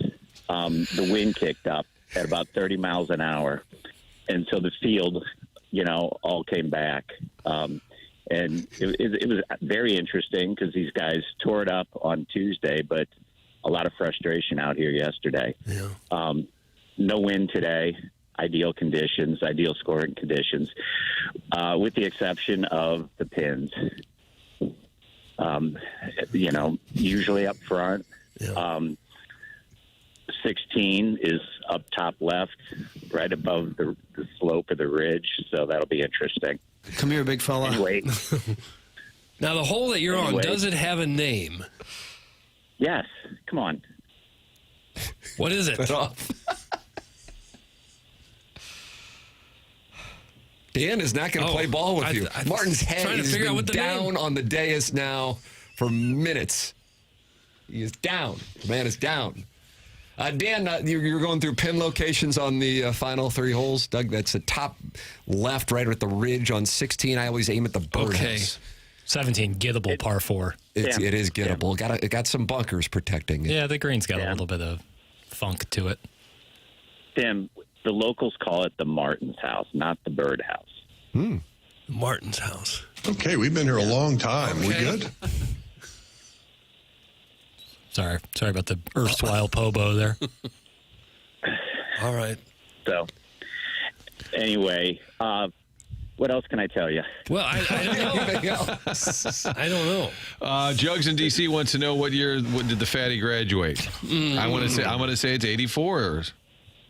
Class of 84. Humble brag, captain of the soccer team. Oh, my. Score a lot of goals?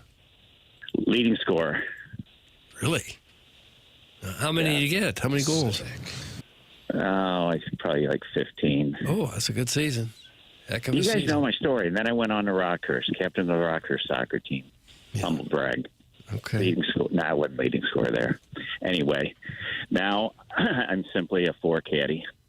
Well, it's an important job out there. On that hole that has no name. Again, great event. Not a whole lot of patrons out here. I'll try and, next year, hopefully people hear about it. I mean, if you get 40, 50,000 going out to these, PGA events in St. Louis, why wouldn't you come to this for free and free parking? Dan, how can people identify you if they were able to make it out there? We encourage folks to support the APGA. Stop by. Dan is on the hole that has no name. But if they wanted to spot you and maybe... Alps. What was it? Alps? Alps. Oh, they said out. No, Alps. What was it, Doug? I haven't heard yet. Okay. It's Alps. Well, stop by and say hello to Dan on hole number 8. Sure, whatever. Good luck. Have fun at the Dotem tomorrow. Okay. Wish I was there. I'm not reporting on that. Well, you probably should. It would be appreciated if you could report. Yeah. Okay. That's a no. Anyway, all right. Enjoy the show. Okay. Thank you. Thank you for the report, Doug. He told us to enjoy the show? What's wrong with your phone line? Oh. I don't really know what's going on, but I was amused. I have to be honest. I was amused. Yeah. I actually met Dan way back in his Rockers days. All my buddies were SAEs at Rockers. Phi Alpha. Met Dan. He must have been a heck of a player. Back in the day. I guess he was the captain. I didn't know. I would have saluted him as the captain back then. I didn't know. I'm tired of this story. Okay. Sorry, Joe. I was trying to converse with Dan, who doesn't really want to converse with me, which is why I was sitting it out, Tim. I've never seen a caller who calls us so put out by a line of questioning. He's just exhausted by us. Every time this schmohawk calls in, my skin crawls off my body. Like Andy Bernard said, I wish there was a way to know you're in the discovery portion of the proceedings before you've left them. Doug, that's Al in Dadeville. Is that what he said? Andy Bernard, Doug? I don't, paraphrasing. Maybe he did. I don't know. I just didn't hear the name of the hole there at first. He was saying the Alps all along, but I was somewhat confused by the word. Believe all the listeners when we say it is not a brag to say you are a captain of a soccer team. That's from Jackson's lone wispy pube. Well, it's better than being the bench warmer, I guess. Apparently had a big year, 15 goals. That's a nice season. That guy is the worst caller in the show's history. Well, Mr. Fix, a close second. Doug, Mr. Fix, different than Mr. Licks. Yeah. Mr. Licks is very active this morning in the Air Comfort Service text inbox. Not on this topic. He still has not issued his statement with regard to live golf. But boy, I really have to do a lot of scrolling down to get to him.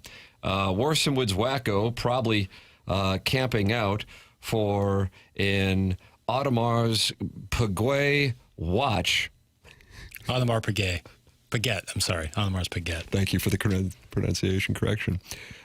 will then wear it to a party and say he has an AP. My friend, these are essentially the public housing of the watch world. Doug, that's Mr. Licks. What did I just read? All right, I'll give the brief. Public housing. Audemars Piguet is a very expensive European watchmaker. Oh. They make very expensive watches. They're coming out with a $300 watch version. And it's got... And he says the worst with Wacko is camping out to get it, and it's the public housing of the watch They're world? very bright colors. If you're not getting like a stainless steel or a gold one, you'd be getting like a teal or a seafoam green, maybe a burnt orange color, and they're $300. So it's lighting up social media. You know what bugs me when you hear a watch commercial and the guy will call it a timepiece. We want to make sure your timepiece is. Just stop it. It's a watch, okay?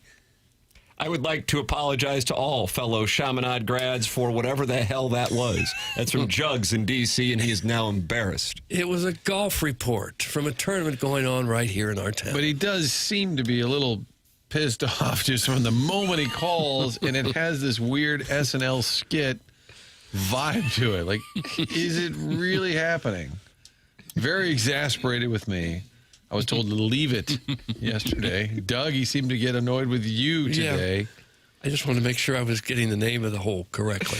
He was confused as to why events such as the 2018 PGA Championship or what they're expecting here in a couple of months at the BMW draw better.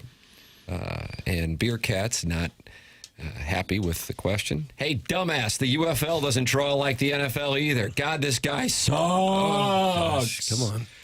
Some Beer Cats. If my watch goes up in value after purchase, you bet your sweet ass it's a timepiece. That's from Sharon and Clayton. I don't know that it's a timepiece. Just can't help herself. Just a watch. Good morning. I have been granted permission to speak on behalf of the Korean wing of the TMA base. None of what that guy said qualifies as humble bragging, just the sad, desperate ramblings of a sad and wandering old man. I need a sad-off between him and Ken. I don't have internet. Hey, Tim, do you hear that? I don't have internet. Isn't that sad? Tim. That's Kenny Strode. That's Brian Henson Doug, who has been granted permission to speak on behalf of the Korean wing of the TMA listenership. Mm-hmm. It's a large wing. How many Korean listeners you suppose we have? 2. Couple, 3? Tough to tell. Anybody Korean other than Henson, text in if you would, if you don't mind. 314-399-9646.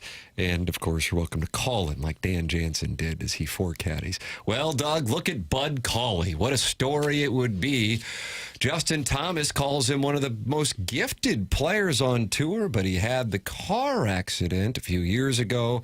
And why now he's bouncing back to be on the verge of his first major championship atop the leaderboard at 3 under par in Philadelphia.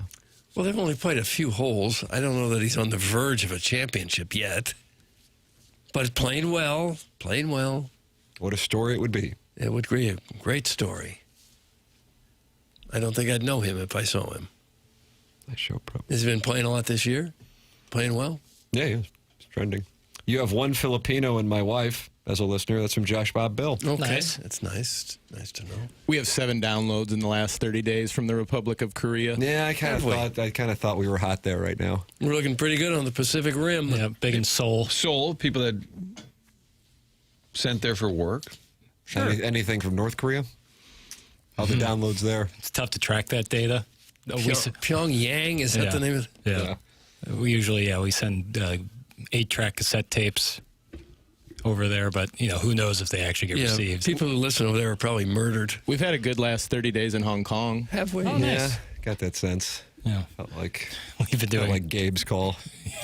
The program's called The Morning After. It is presented by Brown & Crouppen, 101 ESPN, and, of course, the TMA STL YouTube channel. Coming up, Brad Thompson, Michael Wellington, the Design Air Heating and Cooling email of the day. It's all coming your way on the program, which is TMA from the Stiefel Studios on 101 ESPN.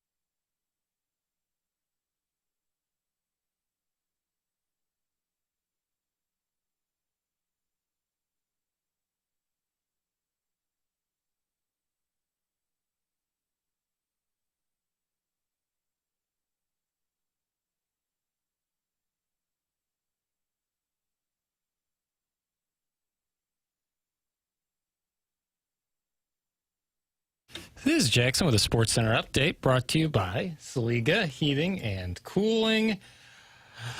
The Cavaliers defeat the Pistons last night, 117-113 with Donovan Mitchell. 42 minutes played, 21 points. It's Spider-Man!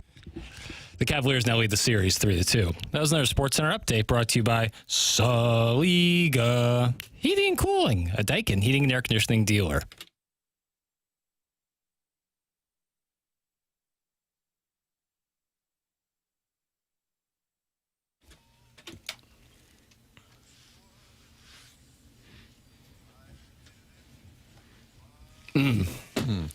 Now you're getting chairman of the board, Martin. Now you're getting him. Men wanted to be with him. Women wanted to be like him. Johnny Fontaine.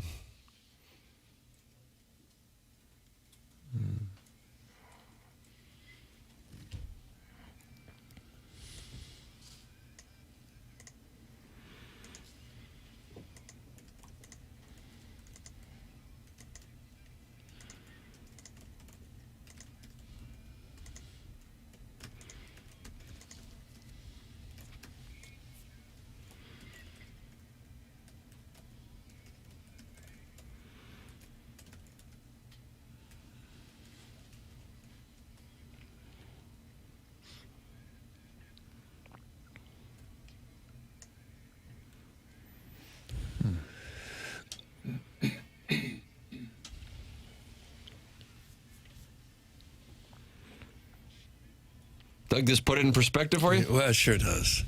If you had regrets, Sure does. Only a few. I think I saw a video of him recording this in the studio where the orchestra was all there waiting. They'd practiced and everything, waiting for him. Then he strolls in with a cigarette in his mouth, steps up to the mic and just belts it out and then walks out of the studio. So cool. I enjoyed the Joe Piscopo Sinatra, where he's a little angry. Shut up, bimbo. Didn't get along with Bono in Skit. Did not get along with Stevie Wonder initially, but then they hit it off. Doug, I believe the lyrics were, you are dark and I am light. You're as blind as a bat and I have sight. It's a Joe Piscopo, Eddie Murphy putting together the skits when Frank Sinatra was trying to stay hip in the late 70s and early 1980s. And he recorded with Bono as well, and maybe Sinead O'Connor, and he was not a fan of Sinead's work. Well, not a fan. Kind of a different style. You can get involved here on the program by texting in and calling in and emailing in and, of course, talking it over with other TMA listeners. Doug Glatt says that was the worst Sports Center update ever. That is a shot at Jackson recapping the controversial Cleveland win. What was happening over there, I saw it play in real time. Papers has really dialed it up. He enjoys an audio drop at times, especially Donovan Mitchell, who gets the Spider-Man drop. Right there. But to do the update, hit the buttons on the levers, and deliver just a succinct yet important update, he has to also turn and have that drop ready, and you were trying to multitask. I was just making sure that Frank Sinatra wouldn't start playing when I hit the Spider-Man drop. Would have been more fun. Yeah. Sometimes you look busier than a one-armed paper hanger over there. Yeah. Part of the gig. By the way, the Pope has chimed in. I'm Korean, and I stand with Brian. So about that? Henshin and the Pope. You can roll the rock, that Pope. Doug, did you read Jim Bowden's column? I did not.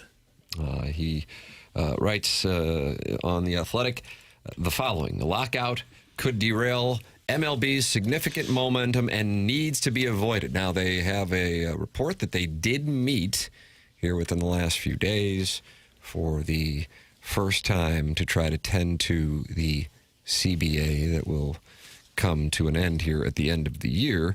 Bowden writes, MLB is already past the quarter mark and the game is as popular as it's ever been. Yet there's a cloud hanging over the sport as it all but assumed that current negotiations for the next collective bargaining agreement will result in a lockout. There is no way the league and the Players Association should allow it to get to that point. The game is in great shape right now, and an interruption to the normal league schedule could derail that momentum. MLB is on a good run with the changes made recently.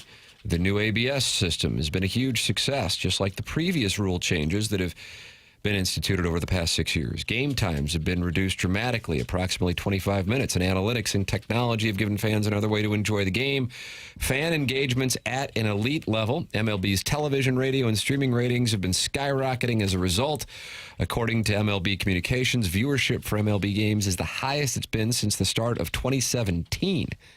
National game viewership is up 44% for games shown on ESPN, Fox, NBC Sports, Apple TV, and Netflix compared to the same time period last year. In addition, MLB.TV has seen a 27% increase in streaming viewership compared to last year. And yet all of that good news is tempered by the rumblings that owners are prepared to institute a labor lockout that could threaten some or all of the 2027 season if they don't get a salary cap with a floor as part of the next CBA. Bowden reports the union has put enough money aside, according to reports, to deal with a lockout if owners decide that's what they want to do.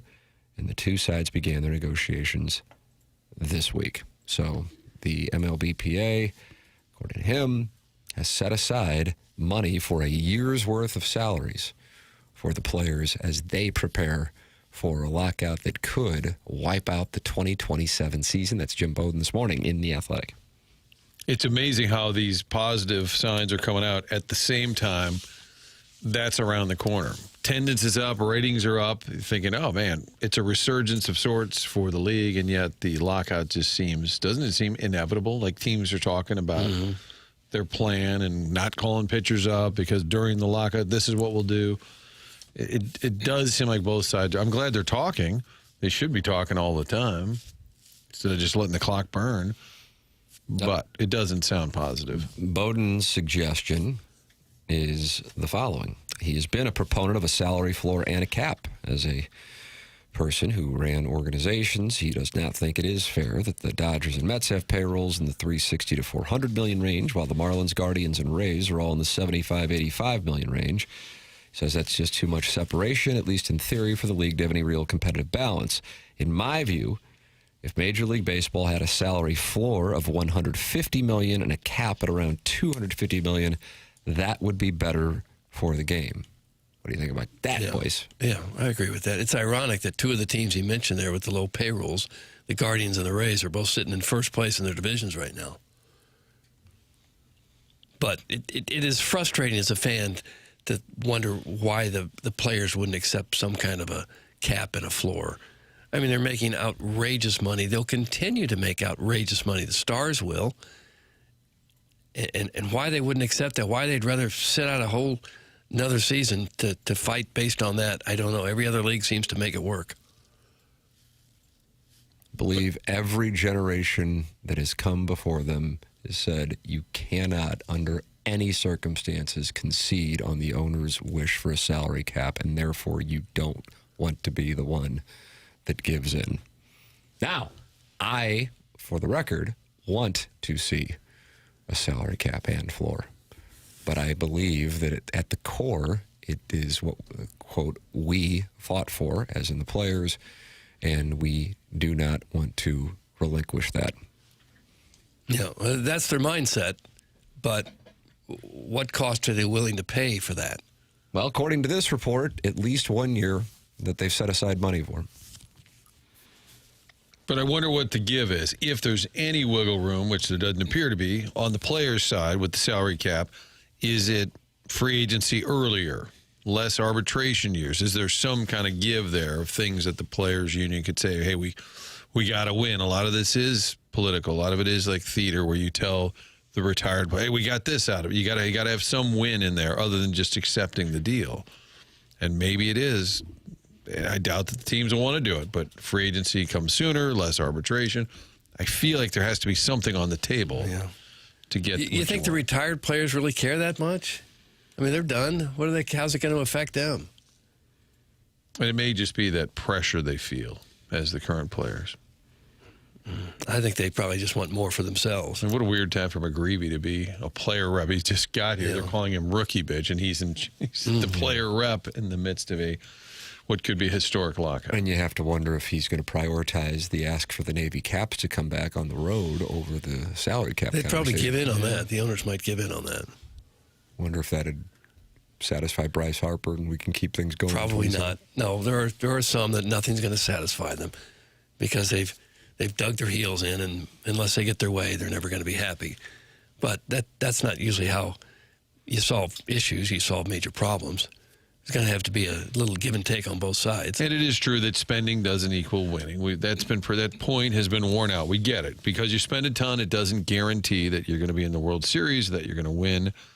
But there are teams who are not even trying. That's been the issue for the last few years. And then they get a check at the end of the year for doing nothing. The Pirates have been a great example of that. They make money by being crappy. And that's what's got to be discussed. Owners shouldn't want that. Players shouldn't want that.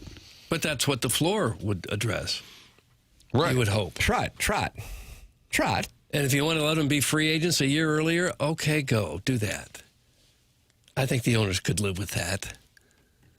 Especially if you can only spend so much and have to spend a certain amount. You'd think that solves a lot of problems, the floor and the cap. It seems like there's some logical solutions that we're talking about, but they're both so dug in. It's so historic, the animosity. Even with Tony Clark gone, it doesn't matter. Just insert new face, new name. Players rep will say, nope, not doing it. Owners will say, fine, we're locking you out. It's just the dialogue has been the same really for forever. It seems like by refusing a salary cap completely, you're really only serving the needs of the premier player, the guys making these $300, $400, $500 million contracts. That's not much of the league, really. That's a small percentage of players that you're saying, well, we can't possibly have a cap because Ohtani has to have $50 million a year, and Juan Soto wouldn't play for anything less than that. And it's great for the superstars, but for most of the players, they're not really affected by that. I mean, who are they serving? Are they just serving the top 3, 4, 5% of players? Or Well, are they those are serving all usually of them? the committees are usually the Max Scherzers of the world, the guys who have made a lot of money, and they're usually the loudest voices representing all those players you're talking about. But I think each team gets to vote, and you would think the younger players, if it's a secret ballot, would maybe vote to protect their interests. Yeah. Tim, can you wish my grandson a happy 10th birthday? He loves the show. Teaching him how to become a Mon period, you do it all. Oh, what? You write a better sentence before you hit that send button. Doug, that's in the Michelob Ultra YouTube chat. I'm going to read it again, see maybe if it was a bad read. Tim, can you wish my grandson a happy 10th birthday? He loves the show, teaching him how to become MON period. Yeah? You do it all. MON period, you do it all. Happy birthday. There you go. Okay. Mike Lee. Will Mike Lee be there? He was at the Dotem last year. Yeah, he tends to be involved with Cletus's pairing, as does Gatorade bottles of wine. So I would say it's live. I want some milk, Mama. Oh. So Mike Lee. I would like to get a photo of Michael McGreevy meeting Mike Lee. The confusion. Welcome to town, big leaguer. Shake my ass, just Oh, watch it, Mike. Does anyone know how to bleed the brakes on a car? I will pay. That's from old people's Facebook statuses. You can email in the morning after at InsideSTL.com. Design, air, heating, and cooling email today. Coming up in about a half hour. In the 10 o'clock hour, the great Michael Wellington will be with us. He's also going to join us on After the Morning After. Brad Thompson is going to join us as well. There's your Polos Plus dossier here for TMA. Congratulations to James Carlton. Not only did he get Jackson Burkett's business, he's got 500 5-star Google reviews now for the Carlton State Farm Insurance Agency in Webster Groves. Call 314-961-4800 or go online at carltoninsurance.net and experience the savings and the customer service that I have been enjoying for the last 7 years. This one recently posted by Chris Johnson on James Google ratings. I recently had the pleasure of working with Mike at the James Carlton State Farm Agency, and I was genuinely impressed enough to write this review, even though we ultimately moved forward with another carrier for now. After our previous insurer non-renewed our policies following a major storm that damaged our vehicles and home, I was in the market for new coverage and heard about James Carlton's agency through a local radio recommendation. What do you think that was, Doug? I don't know. While I recognize that on-air endorsements often involve compensation, I approach the process with an open but critical mind as someone who values thorough research and value. Mike stood out immediately for his professionalism and expertise. He took the time to understand our specific needs, asking thoughtful, relevant questions without ever wasting my time or rushing the conversation. His knowledge of the industry is exceptional. He explained options clearly, highlighted key differences in coverage, and provided thorough comparisons that demonstrated real insight. What impressed me most was his follow-up, consistent, helpful, and never pushy. He kept me informed without any high-pressure tactics, allowing me to make an informed decision on my own timeline. In an industry where sales pressure can feel overwhelming, Mike's approach was refreshingly respectful and customer-focused. He truly seemed to prioritize finding the right fit over closing a sale. That is the kind of operation that James runs. And I made the switch to him in 2019 and am thrilled with it. I know Jackson did, Jamie Rivers did, BK and Ferrario did. And yes, absolutely. Sales, of course, in radio, just like any other business, involves financial compensation. But I don't believe anybody on this program is going to sit here and tell you somebody is a great guy if they think that the person is not, or that they run a wonderful business if they don't believe that is the case. I am a client, so I speak to it firsthand. And I recommend James Carlton and the Carlton State Farm Insurance team in Webster Groves. 314-961-4800. Go online at carltoninsurance.net. The program's called TMA. It's presented by Brown and Crouppen on 101 ESPN.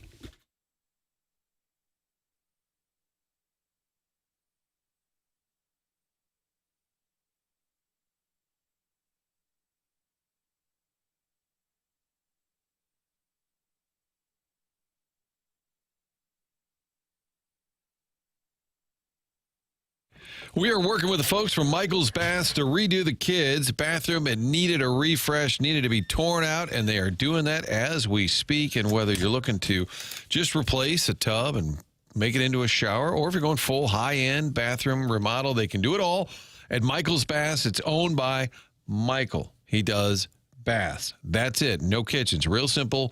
Michael's Baths. That's what they specialize in, and then get you a great price, all with 5-star reviews, A+ rating with the BBB. Real simple process, and the folks who come out and draw up the design and talk to you about what's possible and what the pricing is, they're former installers, not just salespeople who walked in off the street. They've done it. They understand it. That's why the process is so smooth. MichaelsBaths.com is the website.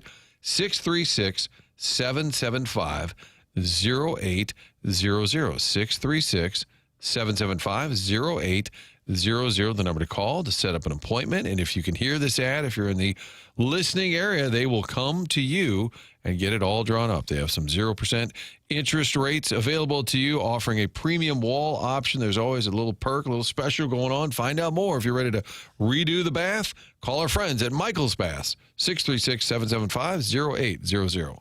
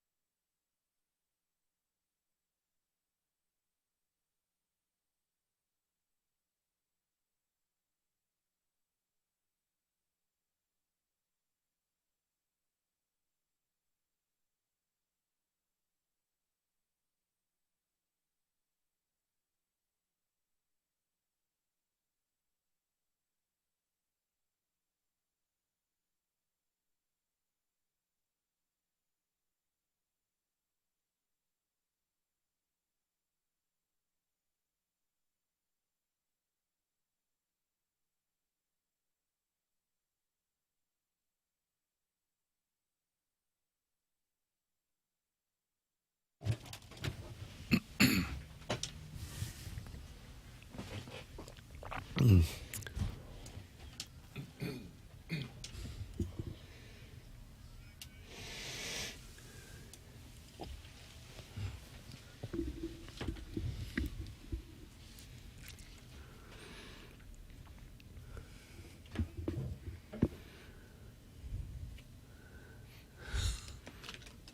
this a Broadway hit? This sounds like a Broadway hit. This is Seth Is this the Bill and Ted Broadway that we referenced earlier? This is Seth MacFarlane. Is it really? The creator of Family Guy. He owns the entire Frank Sinatra archive. He purchased it from Tina Sinatra.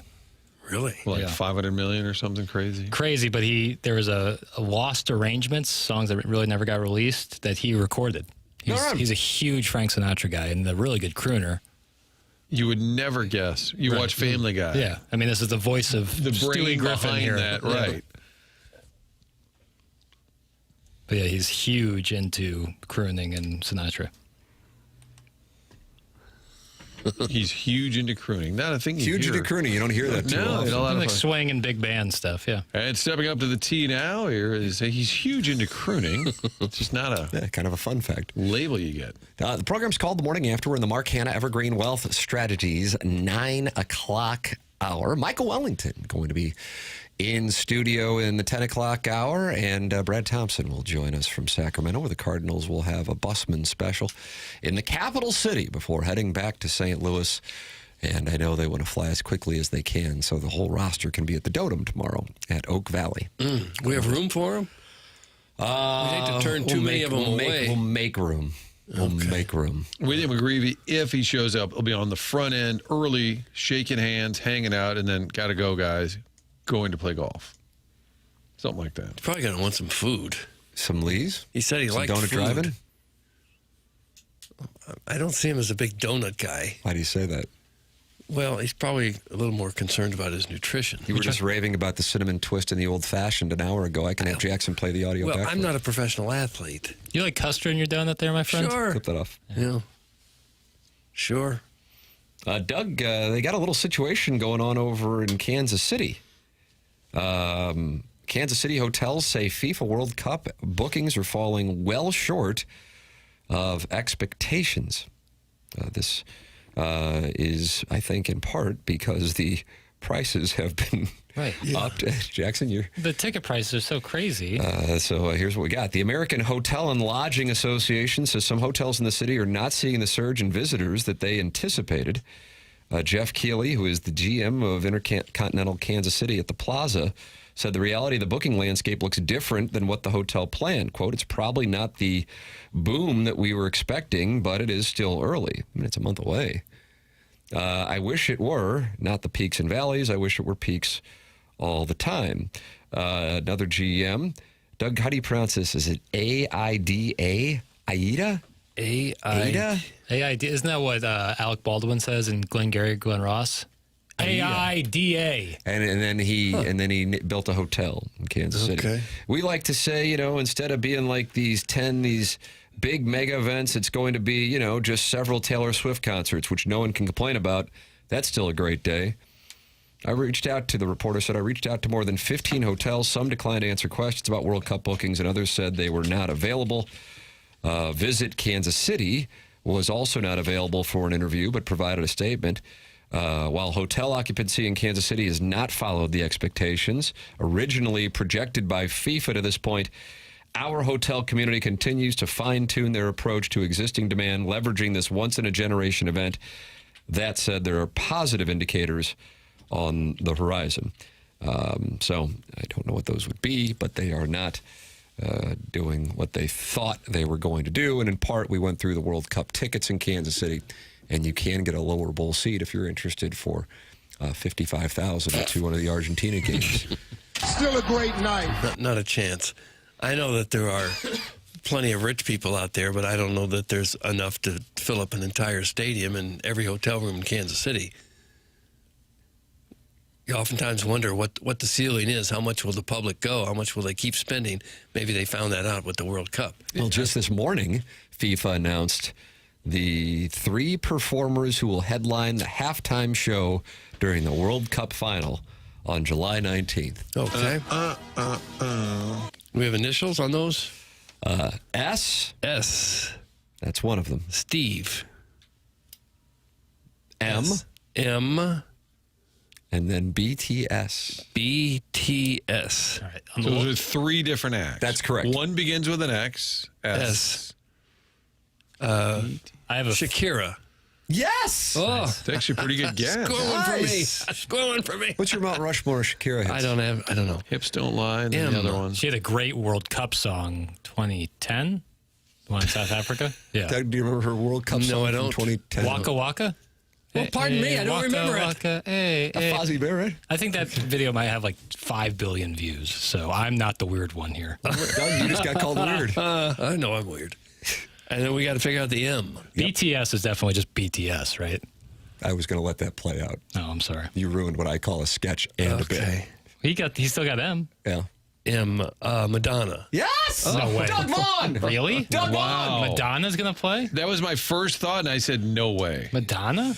Doug, fresh off of wearing a pirate ship on her head to the Met Gala, Madonna will be performing at the halftime show for the finale of the World Cup on July 19th. And is that the Steamers building, Martin? I think the Steamers building's hosting it. Or is that over at MetLife? It's MetLife. MetLife. Steamers got World Cup, though. Oh, yes. Of course. Stanley Steamer, yes. Yeah, the Ghost of Malibu. They have a number of World Cup events, but the finale is at MetLife in Jersey. Wow, it's Madonna. That's shocking to me. I guess global appeal still, but How old she Really? getting to be? She's got to be mid-60s. brand. When was the last time she had I'm just saying a brand song that name. was... I know. All right. I'm not the weird one. I didn't pick her. No, I'm the weird one. And then is BTS, Brad Thompson's show. Yeah. It's Brad Thompson. Is that a younger? It's the Brad Thompson So 4. is that the younger outfit? That's why. So Yes, they're Korean. balanced it out a little Yeah, bit. Korean boy band. Korean boy band. You would have thought they would have had their pick of just about any act for this. Wouldn't you? Wouldn't any big-time pop star relish the chance to be the act at the You don't know World what Cup? the terms are. I think that's one of the issues with the Super Bowl. You don't necessarily get paid, but the pay comes on the back end with having everybody paying attention to your music for those.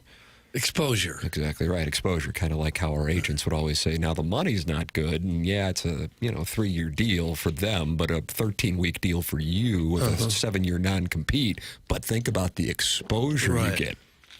And Those the are just summers some are of the great most there. horrendous contracts ever signed by an entire industry. We can fire you at any time, pay you only 13 weeks, but you can't go anywhere, nor can you continue to work here. That's right. That's correct. Uh-huh. You have to go to another town. We don't want after you, sit out. but we're concerned somebody else might.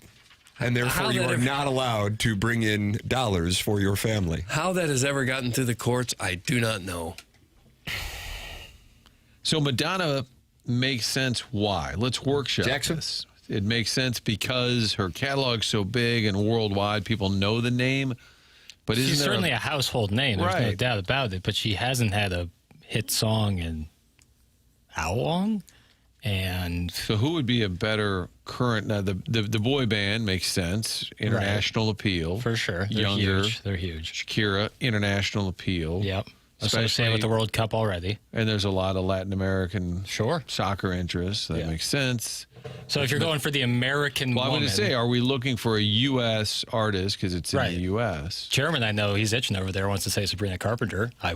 Would you like to see Brini? Share that sentiment. She would be more big enough. I would love that, Yes. but just on Madonna's relevance, she has a new album coming out July 3rd. So it could be like a promotional kind of... Fair enough. Well, I get why it makes sense for her. Yeah, no doubt. She But seems I'm to be getting not a sweet sure. deal here. Yeah. Your Kansas City correspondent here. They have overblown the impact on the local economy for the past 18 months. The city is a disaster with last-minute street improvement projects. Be happy you got the Battlehawks over there. That's from Mr. Mudjack Mike. He says it's better to have the Battlehawks in the World Cup. I'd rather have the World Cup. I just think a lot of times it just simply gets down to money. And when you price people out of the market there, they're just not going to show up. You're not going to get the tens and millions of people that you thought you were going to get. I think the media is overhyping the World Cup. It's an overpriced event for a culturally unpopular sport in the U.S., and most soccer-loving countries love to say how much they hate the United States. Yeah. Like that's from Mongo. Well, there's some truth to that. I feel like in 1994, I was a young buck, 17, but I feel like it was a bigger deal in 1994. And I realize it hasn't started yet, but I felt like the anticipation was higher in 1994. I don't know if you guys can speak to that, comparatively speaking. Doug, you were KMOV. Martin, where were you? Flagstaff? Rhinelander, Wisconsin. Humble brag. Yeah. Was that the year the women won? 1999. 94, so the U.S. was hosting. It was a huge deal for America. It led to the MLS being launched after that. So It should also be noted that it's being hosted by North America. There's games in Canada and Mexico, whereas 94 was exclusively hosted by the USA. They beat Colombia. We're the ugly Americans papers. We don't acknowledge the others. Fair enough. But is it on par? Because that was the first time, right? So that made it seem bigger. Maybe that's what it was. I don't know. I mean, if I had my holy grail of championships that I've not been able to see yet, it would be the United States winning the World Cup and then Missouri winning a national championship in football. That's What's where I more am. likely to happen? Probably Missouri. How dare you? The rest of the world's just really good at soccer. But we're America, brother. Mm-hmm. Yeah, that type of rugged belief in yourself has not... It not works really, in virtually every other sport. Right, just not soccer. And I think there's only 8 nations that have ever won a World Cup. How many countries have won the World Cup? Number one in the world right now is Spain, right? Spain, number one ranked team in the world, I believe. Countries. And the U.S. not even in the top 15, I read yesterday. World Cup. Only 8 countries have won the men's World Cup in its 92-year history. So it's a hard task. Yeah. So bully for Mizzou. It's going to happen, huh? Well, I think if you're, gun to my head, I'd probably say Mizzou winning is more likely. It felt bigger back in 1994 because we had never seen these players live. Now, every summer, the best teams in the world come to the United States. And it was when the U.S. team was just starting to become relevant. That's from the Golden Hoosier Shoe. A little more novelty then, yeah. I'm probably wrong with this. I usually am when I talk soccer. But it doesn't seem like the U.S. has 1 or 2 big superstars that kind of galvanize the fan base. Right. We don't have that world-renowned, everybody knows him, one of the best ever players, and never really have. No. I mean, Christian Pulisic's the best player. Gets injured a lot. Yeah. Landon Donovan back in the day. He was great. Tim Howard. But not exactly household names in the sports world in this country. Right. Well, especially because if you are awesome like that, you go play in Europe. You don't play here in America. But we've never had a Messi or Ronaldo or Pele or somebody. You're talking about goats there. Yeah. I think if we had one, it would really help. Right. Somebody that people could rally around and. You thought it was going to be Freddie Adu. I did. Yeah, it wasn't though. So I think that's what we need, a superstar too. KC will screw up the World Cup. I'm going to the lake instead. That's from the Kansas City drug dealer. I think it's For the lake. For the whole World Cup. I love knowing how angry people are getting right now. That's from Joey Vitale's Orange What Scully. are they angry about? Angry about the prices of the World Cup events? Yeah, it doesn't bother me that if they've terribly overpriced everything, that people aren't showing up and just submitting to it and say, okay, here's my life savings so I can watch a soccer game. No thanks. Or any other sporting event for that matter. Somebody give Doug a donut. I'm tired of hearing him. It's from the 636. I could use a donut, yeah. You had some cake yesterday after ATMA. I had a little sliver of cake. There was some out there in the employee lounge. Oh, it was good. Yeah. Like a random cake? It had some sort of compote on it. What? I don't know what that is. It was like a blueberry compote. It was kind of like a custard with some blueberry in there. I just had a sliver. We'll be eating donuts tomorrow, boy. Oh, Over, man. under. I'm probably about 3.5. Here, let me tell you what the issue is with it. once you have a bite, now you're put to the test. That puts them in. If you don't have one, just one bite, I can fade it. Yeah. Then I have that bite, Doug, and here we go. Here we go. Okay. I like when people say it's the same as being on crack. Oh, really? So you've done crack? Oh, these things are like crack. I think I'm going to have a glaze tomorrow. Right in between the 9 o'clock and... Oh, we're done at 10. You're scheduling your glazed donuts? Wait a minute. Are you workshopping? It's going to be a celebratory if the program... Celebratory. So is it like a perfect... The audience is pulling for anarchy. Yeah. And they want to see you fail. Yeah. Oh, I know it. I would. You got a target on your back. Yeah, I'll be listening. How are you going to respond? I'll be listening to Dreams and Nightmares by Meek Mill as I pull into the parking lot. Same as Doug.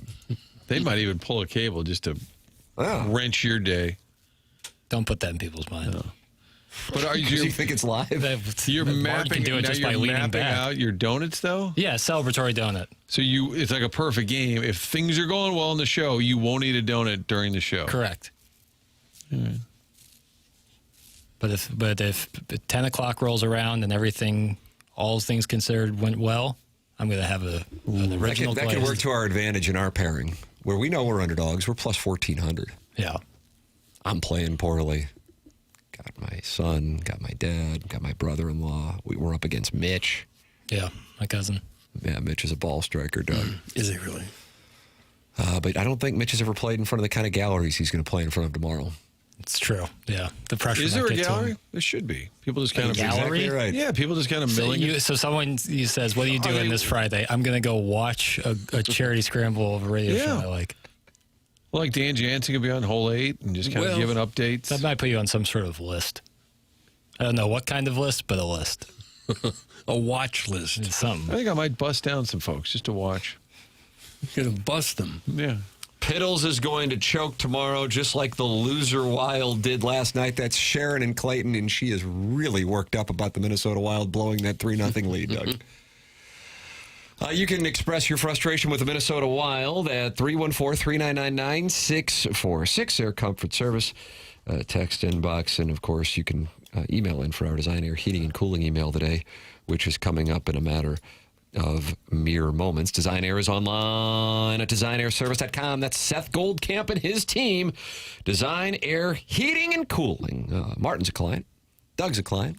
I'm a client, and we're very happy clients, matter of fact, and we recommend you become a client as well. It's Design Air Heating and Cooling, and what Seth is offering to our audience is the following. Go to designairservice.com and sign up for their service plan. Once you do that, now you don't have to worry about anything else because it takes care of everything for you. It's designairservice.com. What they will do is they don't even let you, just don't have to worry about it. Hey, when it starts to cool down, they come up and they'll test the furnace out. When it starts to warm up, they come out, they test the air conditioning, make sure it's ready for the warm weather months, and everything is on autopilot for you. That's the Design Air Heating and Cooling service plan that you can sign up for now at designairservice.com. Design Air Heating and Cooling email of the day coming up. Then we've got Michael Wellington in studio for the 10 o'clock hour and after the morning after. And Brad Thompson is going to join us from Sacramento in the 10 o'clock hour as well. It is TMA. 101 ESPN. It's the Mark Hanna Evergreen Wealth Strategies 9 o'clock hour.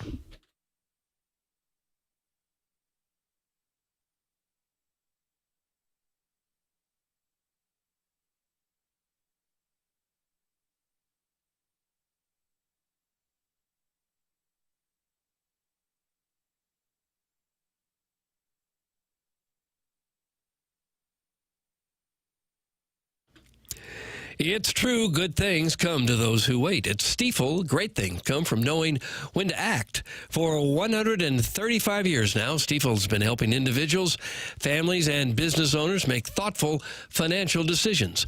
Founded in St. Louis way back in 1890, Stifel combines deep local roots with national capabilities.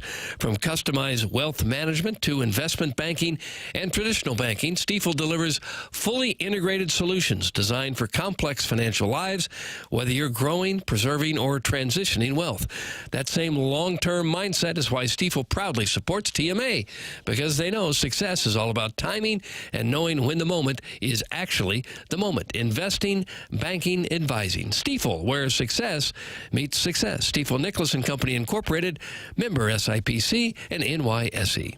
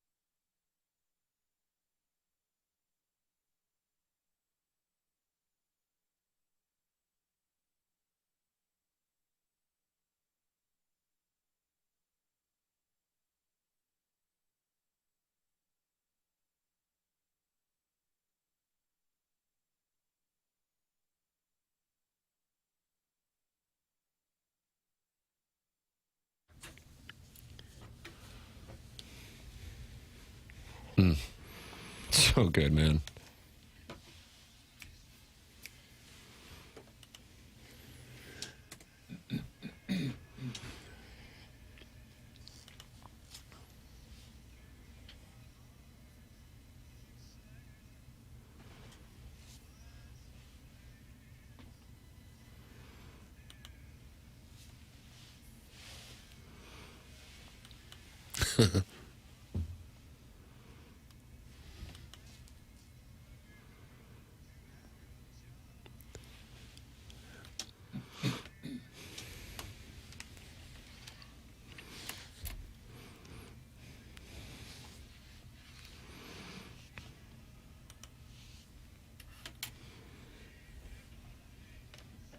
Doug, are you enjoying this? I am. Great song choice, Jackie boy. That's from Doug's favorite quarter zip. I heard Dean Martin say in an interview once he fashioned his style around one of the Mills brothers. Oh, really? Mm-hmm. About that? He thought they were so cool. He said, I want to be just like that. I don't know the name of the particular Mills brothers. It was a guy who always had a big smile on his face and was very smooth. Smooth dog? He was a smooth dog, yeah. Doug, they're smooth dogs in the design, air, heating, and cooling. Email of the day.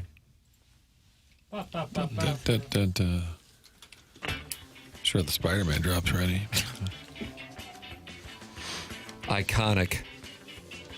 The St. Louis air was static, dry, and cold until a brand new morning tale was told. Tim McKernan took the mic, defied the dorm, and they turned the dial into a perfect storm. He skipped the script and threw the stats away to let the wild, chaotic humor play. From AM bands to digital frontiers, his loyal army followed through the years.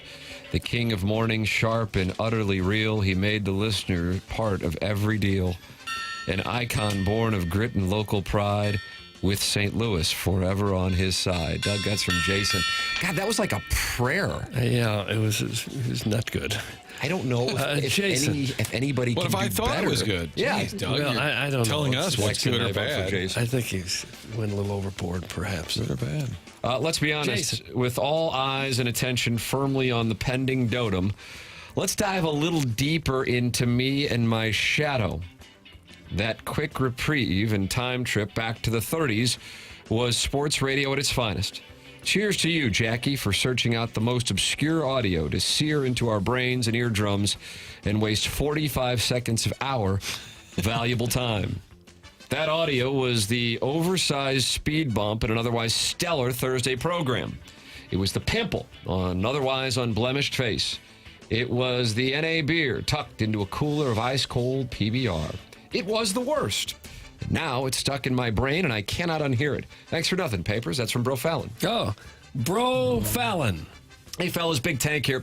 Thanks again for asking me to prepare a statement regarding my ongoing contract negotiations with the TMA family of businesses, including, but not limited to, YouTube, the After Show, Twitch, Patreon, Cameo, Martin scrolling Twitter at all times. That's a sponsored segment? TMA East? Doug, what the hell's TMA East? I don't know what it would be. And several, could be, that'd be great. And several emerging platforms currently, quote, in active due diligence. A lot of people are asking if I'm close to officially joining the Morning After full time as the show's first ever viceroy of overly invested listeners who think Tim owes them an earnings call every time he makes a decision to keep the show going out of his own paycheck. And that was all capitalized. Was it really? So we got to do an earnings call? That's fair. Let me just say this. When you bring blue-collar radio instincts and a working knowledge of remnant inventory that, frankly, Tim doesn't possess, leverage shifts. That's negotiations 101. Now, has Tim technically offered me a position? Not formally. But when a man reads 3 of your emails on air over a 14-month stretch and references you twice during a live spot for Mark's Mulch Bra in Legal Advice Emporium. Oh, one-stop shop. Doug, it's mulch, bras, and legal advice? Yeah, it's all there. It's an emporium. Yeah, things people need, I guess. That's what we in the business call mutual interest. I am hearing Hubbard's prepared to create a hybrid role somewhere between helping Iggy print the internet and regional viceroy of audience retention west of North County. And look, this hasn't been easy. I walked away from a standing verbal with a sports gambling canoe podcast out of Lake of the Ozarks. Standing verbal. Yeah. Passed on equity in a bar rescue themed yoga studio near the Galleria. Signed the paperwork, Tim. I can almost taste the free housing and sponsored car. Doug, that's Jerry Big Tank Del Vecchio. Big Tank Del Vecchio. I was getting in some extra reps last night, re-listening to Monday's program rather than helping my kids with homework. And right there at the end of the show, you touched on how the Rockies were the least likely organization to contend because the challenge of attracting free agent pitchers. It was a big miss to skip over Iggy's sincere suggestion that they truck in air from Missouri for their stadium, ignoring the impact of atmospheric pressure and gravity. As long as the trucks are there, you might as well load them up with some Rocky Mountains and bring them back for tourism in the Mound City. I love the part of the show when you guys tackle science and geography. It's like how Jackson loves Notting Hill. That's from Shooter McGavin, the vice president of counter-protesters of the 1984 Chaminade soccer team. Okay. Shooter McGavin. I'm starting to realize something. These email of the day voters don't know what the hell they are doing. Now, I'm not blaming Tim. He always does the right thing, and he always has. Always has, always will, because amazing people do amazing things. And Martin and Doug. Those old codgers are 6 months away from being put out to pasture. So this email is about my hatred of Jackson Burkett. Dude hates everything American. Karate, hockey, dogs. I'm watching you, puppy kicker. But this email is really about my first deep diving experience. I was flunking journalism class, so stayed late for extra credit. He made his move rather quickly. You see this monster bulge in these khakis? That ain't no dangling participle. Okay. Is that the end of the email? It's Kevin Miller? Actually, there's a picture of a guy doing like a karate kick in there. Oh, no. It was Kevin Miller, though. Well, the name is Mike, and then I don't know how to pronounce the last name. Mike. Lightris? Naughty grammar talk is one of my favorite subcategories of email. It plays to our core demographic of 4-year-olds. That was funny. Well, the guy that wanted a shout out to his 10-year-old said he was listening to the show. He didn't get it either, did he? Come with a warning? No, he got the Mike Lee happy birthday. Oh, that's all he got. That's the highest honor you can get. No, he didn't get along with the Aaron Andrews. Give him the Mike Lee. Aaron Andrews, congratulations. Ours is the type of presentation where an out-of-breath geriatric Chaminade graduate feels free to drop in at any time and triple down on his cringe-inducing golf updates that nobody asked for. I'm glad he explained the name of the 8th hole at Glen Echo is the Alps, and that's why he was so out of breath when he called in the other day. Dude, we get it. You don't work out, guy. Can we talk about yesterday's iconic episode of the Strode program, DBA Audio Bake Sale? Right out of the gate, everyone's favorite geriatric pervert interrupted Tim's live read because he's too dim to understand that sponsors provide different phone numbers to different advertisers to track return on investment. But that confusion was quickly cleared up when the sponsor texted in to confirm that no one has ever called from Iggy giving out that number. That was tough. That was tough. Oh, boy. Then there was some nice banter about Tim's heavy male side piece, which led to a wonderful Sopranos side piece discussion where Film Bitch didn't know Juliana Skiff was played by Juliana Margulies. Nice show prep, ass. Oh. But the show advanced when Caller Adam tried to join the program, except the hardest working, technically challenged producer in bake sales couldn't get him connected, and then Adam drifted in and out of the conversation while no one was sure if he was doing a bit or not. And then 10 minutes, Iggy was fooled by a Francesa breathing drop into thinking Caller Adam had been on hold the whole time. He's not there, Doug. That's from Buck Swope, DBA, the Recess Lady's Breast. Buck Swope. And finally, I realize tomorrow's remote broadcast is the first one this show has ever done. So there's bound to be issues. Might be different if you had to broadcast from a home loan mortgage office in Brentwood, or a grocery store on the Hill, or a sports bar in Maryland Heights, or a small table next to the handsome chairman at a Vegas conference center. or Ballpark Village on opening day, or slap and tickle bout in Illinois on the wrong side of the tracks. It's a disgrace. I better see more open mouth kissing between hosts, or you're losing this listener to Joy FM. They would love to have me. I've been disappointed in this show many times, but never to this extent.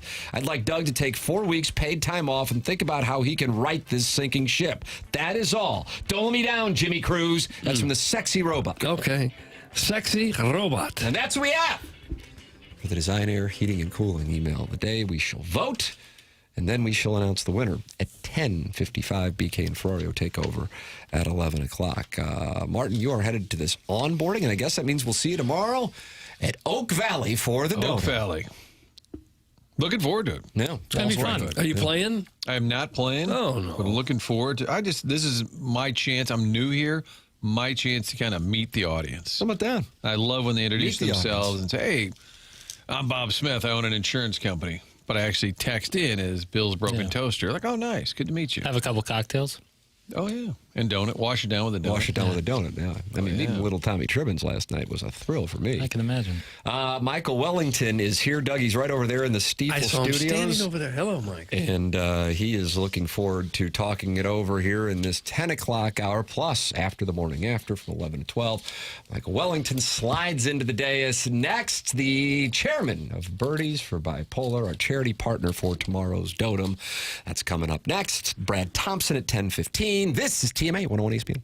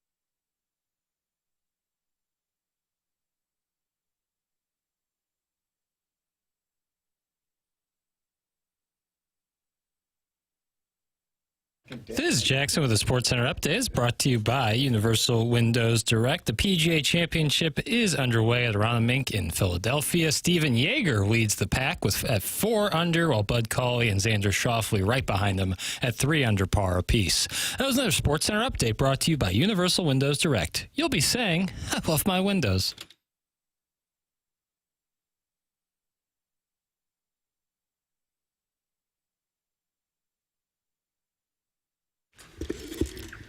Boy, this crooner theme is something else. Oh, this is Der Bingle.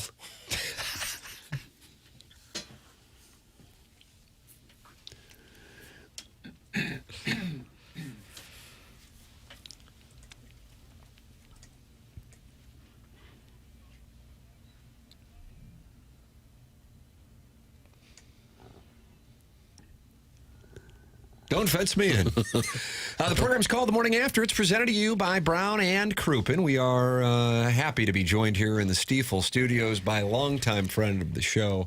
Oftentimes, he has been a participant. He has worked with Gluten-Free Perk, but currently caddies for Bo Van Pelt on the PGA Tour Champions. Doug, over on your right is a gentleman by the name of Michael Wellington. I saw him sitting over there. Hello, Michael. Good morning. And it's great to see you.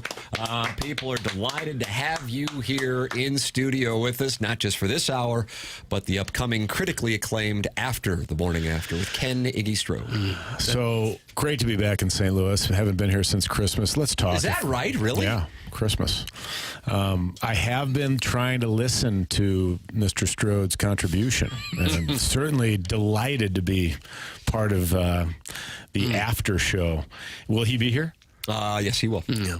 That show hangs over my head like the sword of Damocles. Yeah, Doug's excited about getting a chance to do another hour. His agent told him it was good exposure. Well, I mean, if you've listened to the show for years, Iggy hasn't changed one bit. No. And that's what sells. Maybe a little more lazy than he used to be. Is that right? A touch more. Well, he's not doing any work now at all. Michael, Chairman Stephen DeMunn is always thrilled when you come in. Doug, he has sent this text in 4 times. When Wellington comes in, let's not waste a lot of time talking about this golf crap. I want to know how he's doing on the datings app and the Champions Tour. Thank you in advance. That's Chairman Stephen DeMunn. He wants us to cut to the quick. Okay. A very fair question. Recently, let's see, Houston was very good, as you would imagine. The dating app scene? Yeah, like, when you open up the dating apps, you want quality, right? This is Grindr that you're usually on? I haven't used that one yet. Oh, okay. But maybe down the road. Not really sure. But Houston was good. Important storm. Birmingham, Alabama was all right. Oh, kind of sneaky good. But, and I need to find one, right? Yeah, but it's nice to have a diversified portfolio in case maybe you meet up and it might have been a friend picture, and the friend you thought it was actually not the friend who represented herself as such. That's exactly right. They can be misleading. Bait and switch, Doug. We call that the old bait and switch. Bait and switch. I will say, when I got back to town on Monday, I opened it up here. And I've said this before in this show, and I'll say it again. St. Louis is very disappointing. Oh, it is?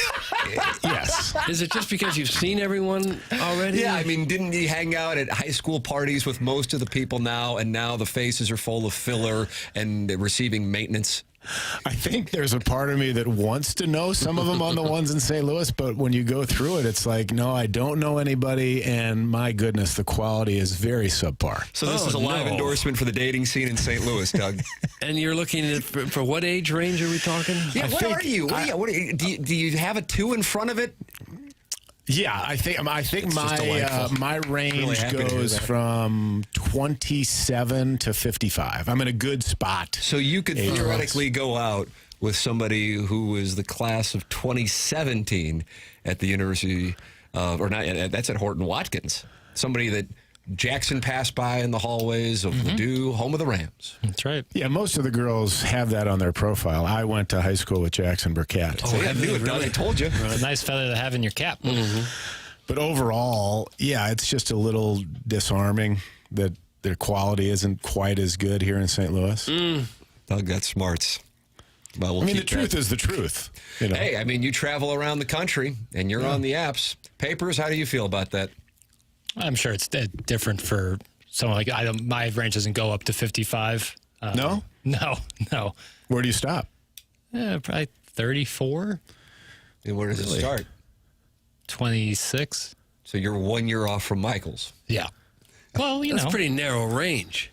His papers, I guess he's a picky guy. Yeah, If I can help you, yeah, I feel like the older women are a little bit past all the fun and games and the tomfoolery. You can kind of just cut through the BS. No doubt. I'm not opposed to that, but I don't know. I feel like I'm in a comfortable spot there. Well, as you would imagine, when we were on the West Coast in both Tucson and Newport Beach, California, the selections were well above par. Wow, really? Wow, Doug. Could that possibly mean there's just more single people there? Maybe.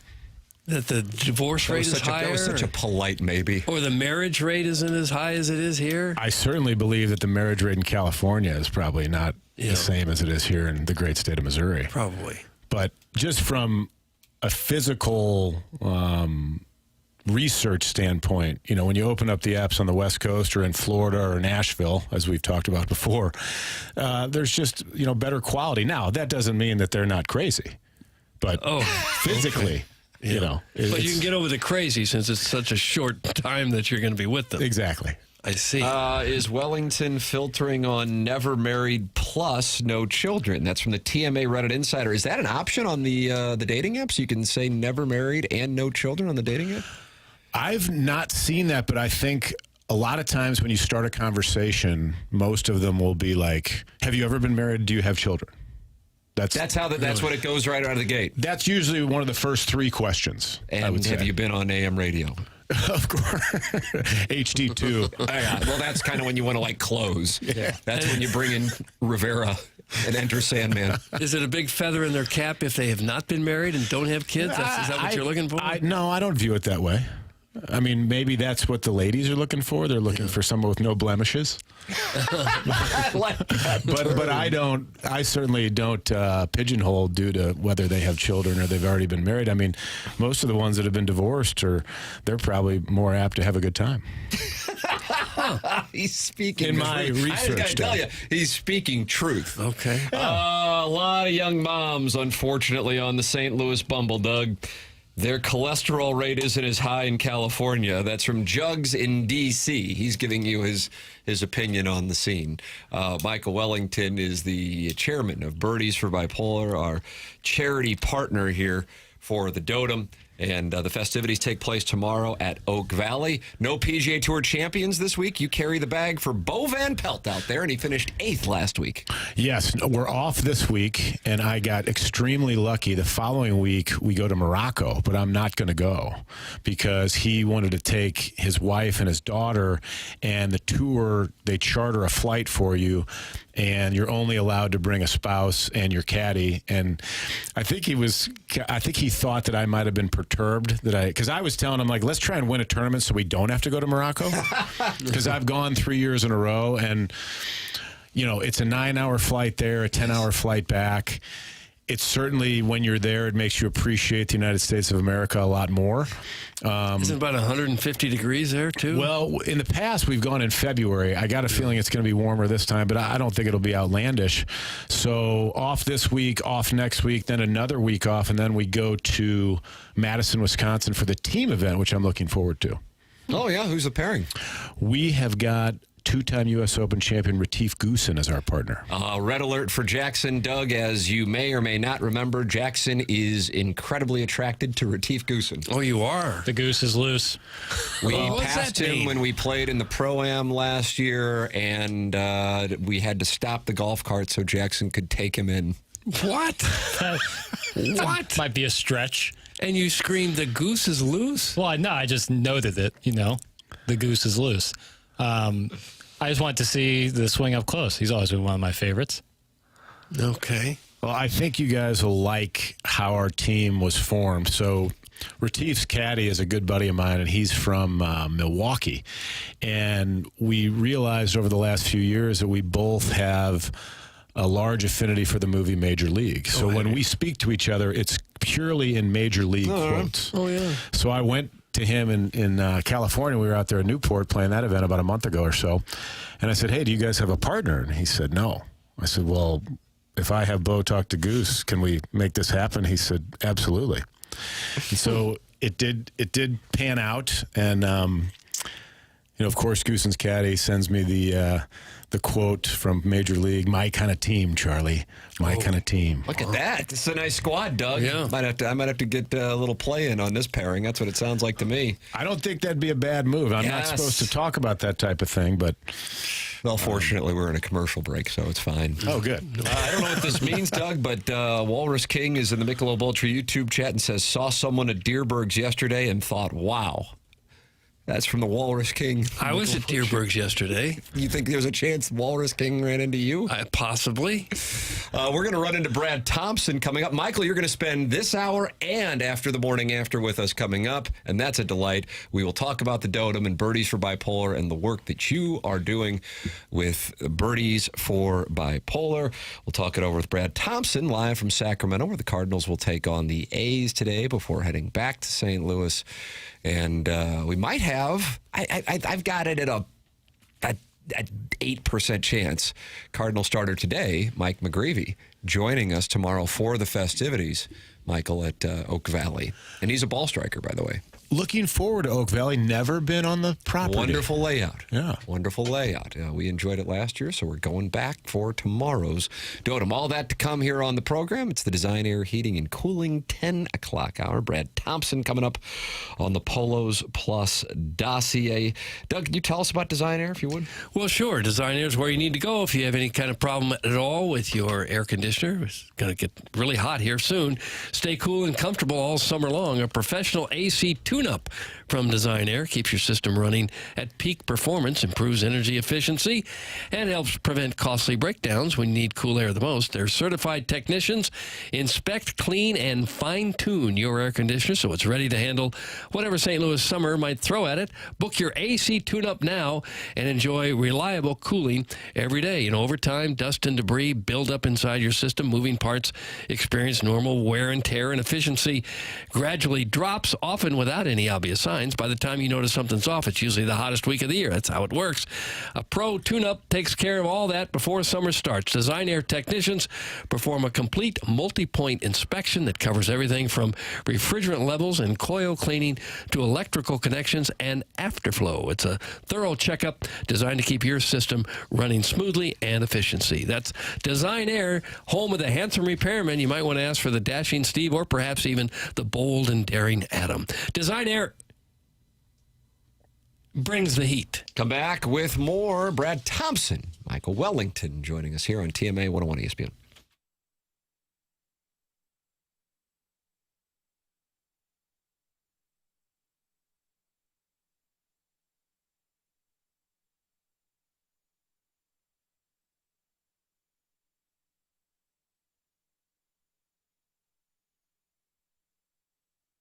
And Michael's Flooring has been family and locally owned for over 30 years. They're online at igotfloored.com with locations in St. Louis, throughout the area, in Creve Coeur, Darden Prairie, and in St. Peter's. Michael's Passions Flooring, when you order from him, he wants to make sure that you have the best experience for the best price. There is a reason that Michael's Flooring has continued to grow through the 30-plus years. Employees love working for Michael as they feel like family. He makes sure they're taken care of, and this then rubs off to the families buying the product as they know they have the best interest of the buyers at heart. It's Michael's Flooring online at igotfloored.com. Go to igotfloored.com right now. You get 3 samples free from Proximity Mills. They are in Creve Coeur. They are in Darden Prairie. They are in St. Peter's. They are Michael's Flooring, and they are online at igotfloored.com.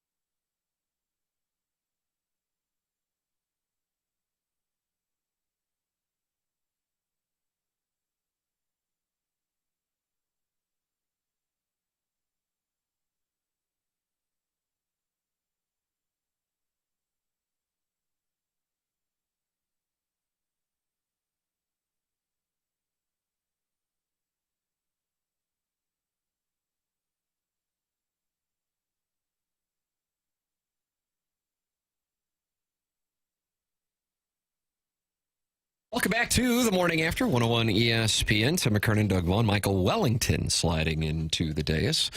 And Jackson Burkett on the ones and twos. Chairman Kurt filtering phone calls at 314-974-0101. That's how you can call into the show. Callier and Thompson phone lines. And we are joined on the Callier and Thompson phone lines live from the capital city of California, Doug. Sacramento, where the Cardinals and A's will wrap up their 3-game series. Brad Thompson with us here on 101 ESPN and the TMA STL YouTube channel. Morning, Brad. Good morning, gentlemen. This place is like San Diego 2.0. Are you kidding me? No wonder I missed that first leg of this trip. Yeah, you got the nice end there with skipping the San Diego one, but getting the Sacramento one. And I'm That's right. I'm sure you are.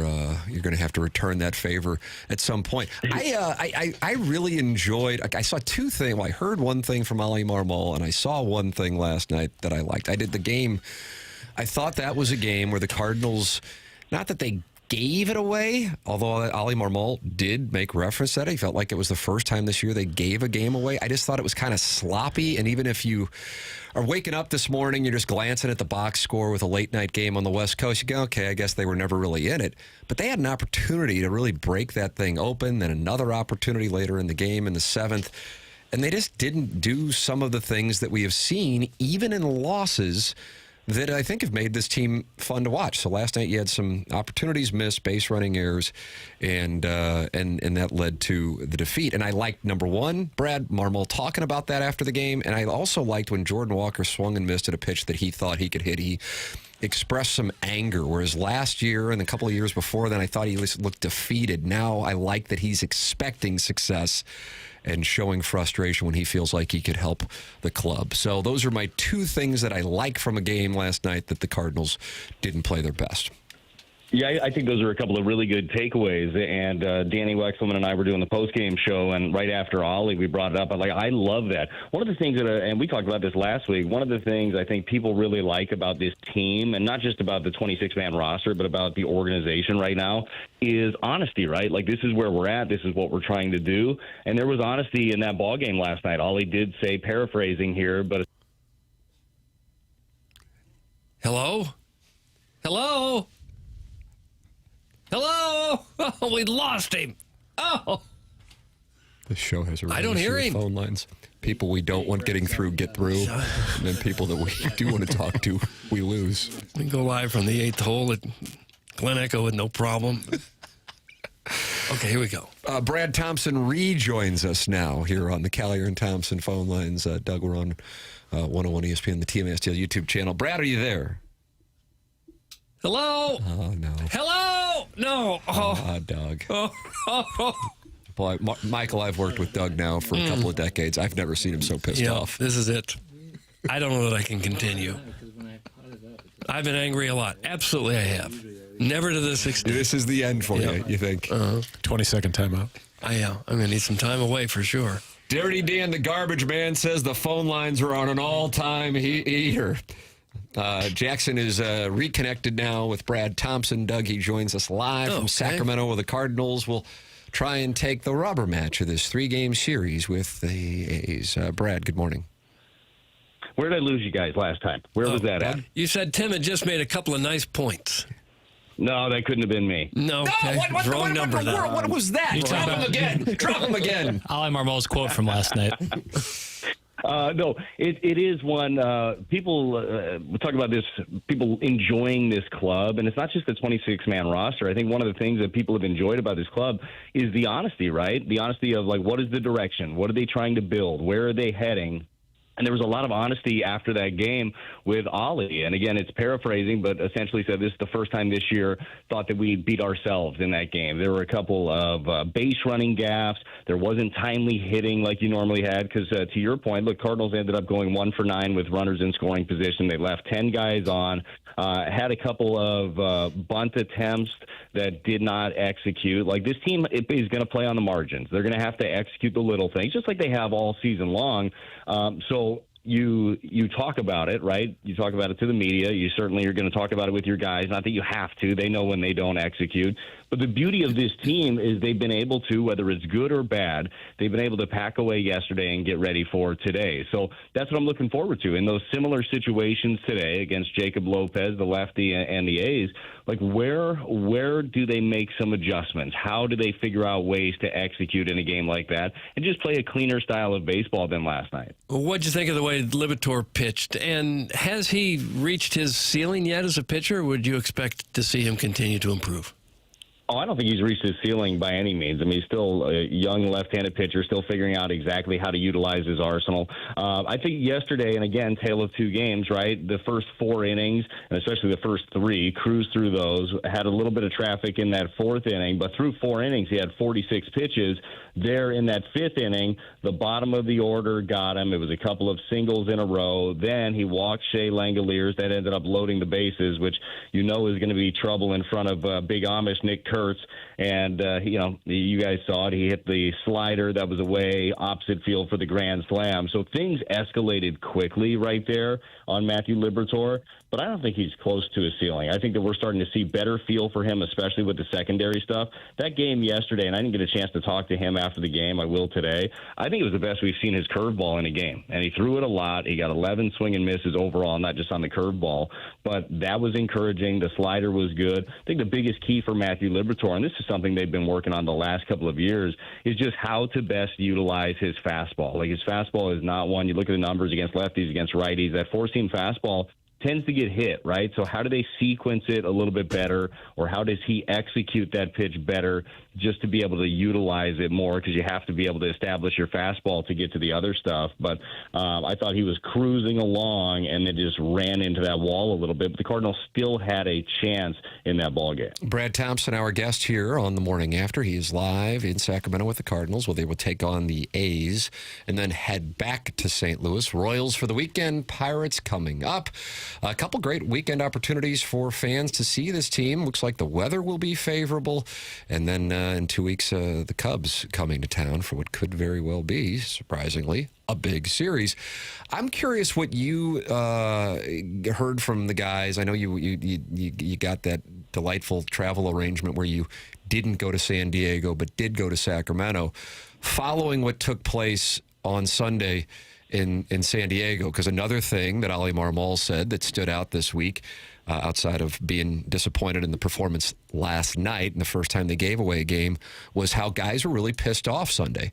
You're 1 strike away from taking 3 or 4 from the Padres to follow up taking 2 or 3 from the Dodgers, and then you have that happen. It's not like you gave it away, but it was certainly a gut punch loss. Did you hear anything about that? I like the fact that they came out on Tuesday after a day off and clearly responded. I'm curious if you heard anything about that from the guys or anybody around the broadcast. No, they're not talking about that, but it goes back to exactly what you were talking about with Jordan Walker, him showing the frustration when he swung at a pitch that he shouldn't, instead of, I'll work on that next time. Like, it comes down to now this club is expecting things. They're expecting the good things to happen. They're expecting to win. And I don't care if the outside world looks at this roster and says, this team can't do anything. They do, right? Internally, they look at it like they should be winning, and they should have won that game, a strike away from it. And you should be pissed off. Like, at any level, I don't care. Like, if you have a kid at a youth level, and obviously there are limits, right? If you get a kid that's angry about losing or upset about losing, that's a good thing. Like, they care. So this group cares deeply, right? But they don't get it to the point where they just dwell on it and it haunts them for games to come. And I agree with you. I love seeing that response they had in the first inning, scoring a 4 spot. That was the most runs they've had in the first inning in a couple of years, I think. So that was great to see. But that's been one of the best things to watch with this ball club, is just how they respond to different situations. They are a pain in the butt. We had Heimblum on the team, or on the broadcast last night, and he referenced that again. He's like, we want other teams to know when they play us. Like, they're going to feel it afterwards. It's just a relentless group, and we get a chance to see it night in and night out. We're still a little bit away from Lars Nootbaar coming back, but it seems like when he gets there, he's a guy that could give him a little bit of intensity, a little bit of a spark. Do you agree with that? That he'd be a kind of a good guy to be to be getting back midway through the season? Well, I think he's a great guy to end up getting back. I don't think this team's lacking spark by any means, but they could certainly use another established player, right, in it. And what that breeds is, first of all, getting a guy back that has had some success at the big league level. And I think Newt would be the first one to tell you he still has a lot that he wants to prove at this level. But it also breeds a little competition because as soon as he comes back, other guys are going to be fighting for playing time. So what does that look like? How do they deal with some of that pressure? I think that's a great thing. The best teams are competitive with their roster spots all around. So I look forward to Newt. I believe he's going out starting his rehab over this weekend. Heim said he's feeling as good as he had. I mean, I can only imagine having surgery on both heels. Couldn't be a comfortable process coming back from, but he's running free and easy. So I look forward to that. I think it'll be interesting to see, too, where he fits in the lineup. I could certainly see him being a guy that you slot right behind Jordan Walker, maybe. He's got a little power potential, also on-base skills there, but we'll see what Ollie and his crew decide on. But I'm looking forward to getting him back. That's Brad Thompson in Sacramento. Cardinals wrapping things up on the road trip back to St. Louis after today against the A's. Mike McGreevy on the mound for the Redbirds. Brad, always appreciate the perspective. Safe travels back, and we'll look forward to talking again next week, man. All right. Thanks, guys. You enjoy your weekend. You too. That's Brad Thompson with us here on TMA. Tim McKernan, Doug Vaughn, Michael Wellington with you on the program. Jackson Burkett on the ones and twos. Chairman Kurt handling the phone lines. This is TMA. It's presented to you by Brown and Crouppen from the Stiefel Studios on 101 ESPN.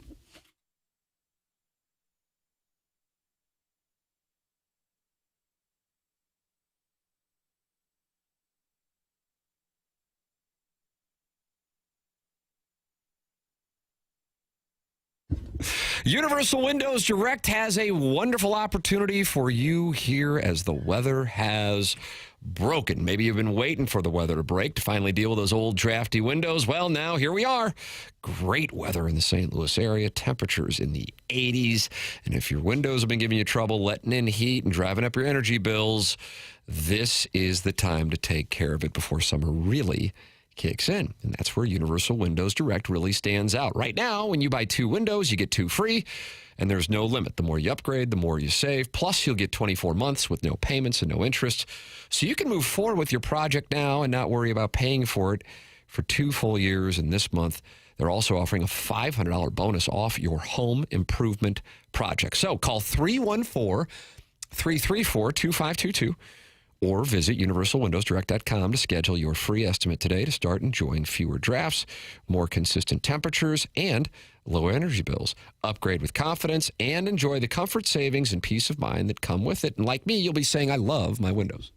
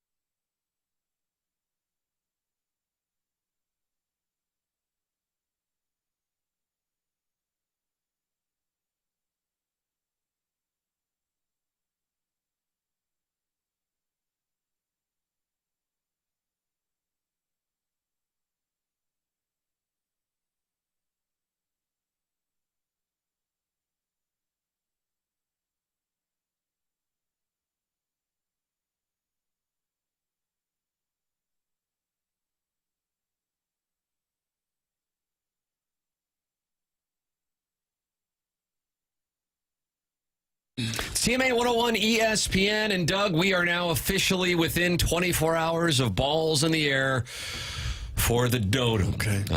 A storied event that, I think one of the things that the PGA Tour has to consider is, do they want one of their majors going up against the Dotem? And will they reschedule the PGA Probably Tour? poor scheduling on their part.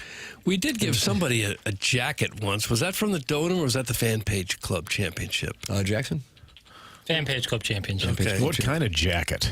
It wasn't a green. Was it a green jacket? It was one of my old sport coats from my closet. I should have known that. Mm-hmm. Yeah, we didn't go out and spend any money, of course. Something that didn't fit me anymore. Couldn't possibly. Did it fit the winner? Well, I think it did, yeah. But obviously, that wasn't really our concern, and we sure as hell weren't going to see it, Taylor. No, we weren't. Michael, your charity, Birdies for Bipolar, our charity partner for this year's Dotem. For those not familiar, let the audience know the backstory and what Birdies for Bipolar does. Well, we're certainly a mental health awareness organization, but we have a specific goal with something we're doing right now that the Dotem is going to help with the contribution from Hubbard, which we very much appreciate. So in 2013, when we started Birdies for Bipolar, I called the VA hospital and I asked if they could send us some veterans to play in our inaugural event, and they wound up sending us 8 veterans to play, and they sent their moderator, who's a wonderful man named Herman Lugie. Herman was the recreational therapy director at the VA hospital for 36 years. Just a great man. And when I met him that day, we had that event at Gateway. He said, Mike, we're going to start playing every Thursday at Arlington Greens. We're going to try to get veterans to come out and see if we can, formulate a league, if you will. And he said, would you like to come and play? So of course, I said, yeah, if I'm in town. And at this point, this is before I started caddying for Chris and Chris Nagel and anywhere else on tour. So I was there, for 2 or 3 years every Thursday. And, when we started off, we would only get 6 veterans or maybe 8 guys. Yeah. The most we ever had on a Thursday was maybe 12. Well, about 3 years ago, I showed up when I was in town one Thursday to play with the guys, and Herman pulled me aside and he said, I don't know if you know this, but we are now averaging 79.5 veterans every Thursday. Wow. Now, COVID helped that as well, but it was all word of mouth, all organic, and it got to the point where, they have tee times every Thursday at Arlington Greens from 11 a.m. to like 2:30. And we had one guy that was driving, one veteran, an Army veteran who was driving every Thursday from Indianapolis. Oh, wow. To come and play in the league. 5 hours or so? Yeah, something like that. Mm-hmm. And so in talking to Herman and trying to figure out how we were going to expand even further, because we realized that, these guys, this is something they look forward to. I mean, they have a point system now, and they all throw in like $5 or $10 each week for gambling, and they have an end-of-the-year champions breakfast, and it's a really cool, organized thing now. But the problem we were running into is, with this golf season in St. Louis and Southern Illinois being so short, they had nothing to do from, let's say, Halloween until, the beginning of May. And so we came up with the idea that we're going to build an indoor golf simulator facility. And, I brought it to a couple golf courses on the east side. Nobody was really biting on it, which was kind of surprising to me because not only would we be able to, the veterans would use it for a couple days a week, but it would be, new revenue for the facility that wanted to put it in play. Well, luckily, about a year and a half ago, I went to Tom O'Toole, who's obviously working on the deal at Normandy with Jack Nicklaus and the Normandy renovation. And I said, Tom, what do you think about us putting this facility on your property? And he liked the idea. And we came up with the plan to put our simulator building and double it as the halfway house, and we're going to place it on the back of the driving range at the new Normandy. It's going to have 3 hitting bays, and obviously you can go in there and get hot dogs and beer and whatever. So that's what we're doing. That's why we're going to be involved with you guys at the Dotem. We're going to do other fundraising events, and so we're excited because this is something that the veterans are going to be able to use every Thursday to continue their league in the wintertime, and also hopefully another day during the week that they can use it. And it's really cool because when you get all those guys together, to me, golf is just the vehicle. It's almost secondary, right? It's like all the Army guys mess with the Marines and the Marines mess with the Air Force guys, and it's just an excuse to get them all together. And I think it's going to be, the Normandy project in itself is going to be the biggest thing to hit St. Louis golf since, let's say, Gateway National opened, 25 years ago. So, and the really awesome piece to all of it is we're going to name the building after a fallen Navy SEAL from St. Louis. His name is Scotty Wirtz. He was in Syria in 2019. He was involved with a 16-man team. They were really literally hunting ISIS, and they were ambushed at a hotel in Syria, and he lost his life. And so we're going to name the building after him. But the really cool caveat is that Scotty Wirtz's father and all of his friends grew up in North County, and they used to play Normandy regularly. So there's all sorts of synergy. Scotty Wirtz's dad was a pipe fitter for 50 years. We spoke with the pipe fitters, the local 562. They're going to help us with the build of the facility. They're going to help us with, the things that are inside, some things that are outside. So it's a very St. Louis type thing where people coming from all different angles want to help and want to get involved. And to be able to put Scotty's name on the building, that's going to be pretty cool. I think I've seen his name on the highway out around Lake St. Louis. That's correct. That's right. Yep, That's exactly right. We got a text here from a listener. Let me see what I got. Is there a way to support the charity? This is from Jugs in D.C. Is there a way to support the charity if we are not able to make it to the Dotem? He is in the District of Columbia. I know we have people who may be natives of St. Louis, but listen, and as they now have relocated, is there any way that people can donate, Michael, to the cause? Yes. Now, as Tim knows, we had a little trouble getting our Venmo situated. But you know who we communicated with, Doug? No. I probably shouldn't say who, but we got it taken care of. Okay. Well, it's very ironic. Yes, who it is. Communicate it with. is. Deke Dotem himself. Oh, no. Used to work at Venmo. Oh, did he? How about that? Yeah, so I think Jesse Kowalski's going to have, all the information on the Hubbard website with our Venmo information. So you can go there if you want to contribute. We would love for you to do that. What is the website? What's going to be? TMASTL.com, and then also... I think it'll be on TMA. I'm going to check... I'm going to check the name of the Venmo because obviously, thanks to Mr. Dotem's help. There was an issue with the Venmo and Doug Dotem. That's why he's such a great patron saint for this show. Spend it indefinitely. That he helped the cause and our charity partner. Yeah, the Venmo handle is at Bipolar Birds. Bipolar is capital B and Birds is capital B. At Bipolar Birds, and that's the one we'll use for the event tomorrow. And obviously any help is appreciated. It's a big project. And this is a form of therapy for the veterans. Yeah. This is stuff that I've learned in doing this, right? Like, so when I met Herman Lugie, who is the recreational therapy director at the VA hospital, they have all sorts of things down there at the hospital. I went down and have seen, they have, a bowling alley, they've got a pool, they've got all these different things you can do. Well, golf is certainly one that they can do outside. And, one of the really cool things that happened with this is they formed their own organization. It's called the Arlington Greens Veterans Golf Association because they grew so much in the course of, let's say 4 or 5 years. And so now, in addition to this event and this project we're doing, we've sent these guys to different places around the country to play in certain events. Some of them are amputees. We send some of them to amputee events. We have one gentleman, his name is Bobby Hutchinson, who's an amputee. He wound up representing the United States in the National Amputee, let's call it the Ryder Cup. So he went over to Scotland and played, and so we helped him pay for that. And it's been really cool to watch it all kind of develop from those days like in 2013, 14, and 15 when I was going out there and we only had 6 or 8 guys to now, tee times from 11 a.m. to 2:30 every Thursday. So tip of the cap to Herman for really doing a lot with the league. That is Michael Wellington. He is the chairman, the founder of Birdies for Bipolar. Jugs in D.C. said donation sent. Love you, Welly. You can donate as well. It is the Dotem, and it's taking place tomorrow at Oak Valley. It is our annual tournament, and we will be live from there 7 to 10 tomorrow, and from 10 to 11 we're just going to play the best of Movie Boy. Is that what we're doing? That's right. The best of Movie Boy. No fooling. Yep. Okay. Gareth and Jackson. Well, that'd be some strong programming.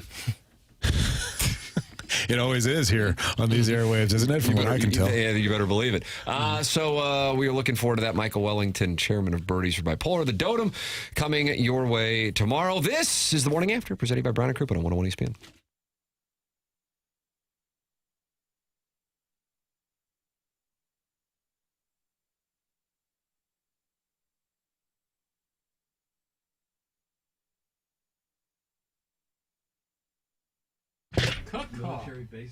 Caw-caw. You hear that, Battlehawk fans? That's the sound of Battlehawks football, and it's back at the Dome for the 2026 season. And Lee's Famous Recipe Chicken wants you to be a part of it. That's why their new Battlehawks box will get you 4 of their famous hand-bread chicken strips and an order of potato wedges. Plus, on top of that, you get a code valid for buy one, get one free Battlehawk tickets. With this deal, you can get game day ready with a Battlehawks box for just $9.99 at any St. Louis area Lee's Famous Recipe Chicken location. Again, 4 of their famous hand-bread chicken strips and an order of potato wedges, plus a code valid for buy one, get one free Battlehawks tickets, all for just $9.99. Thanks to our friends at Lee's Famous Recipe Chicken, who will be providing lunch for the Dotem tomorrow. You can get the Battlehawks box in-store or by ordering online on Lee's new mobile app, where you can also earn points for free food and discounts. That's our friend over at Lee's Famous Recipe Chicken, partnering up with the Battlehawks.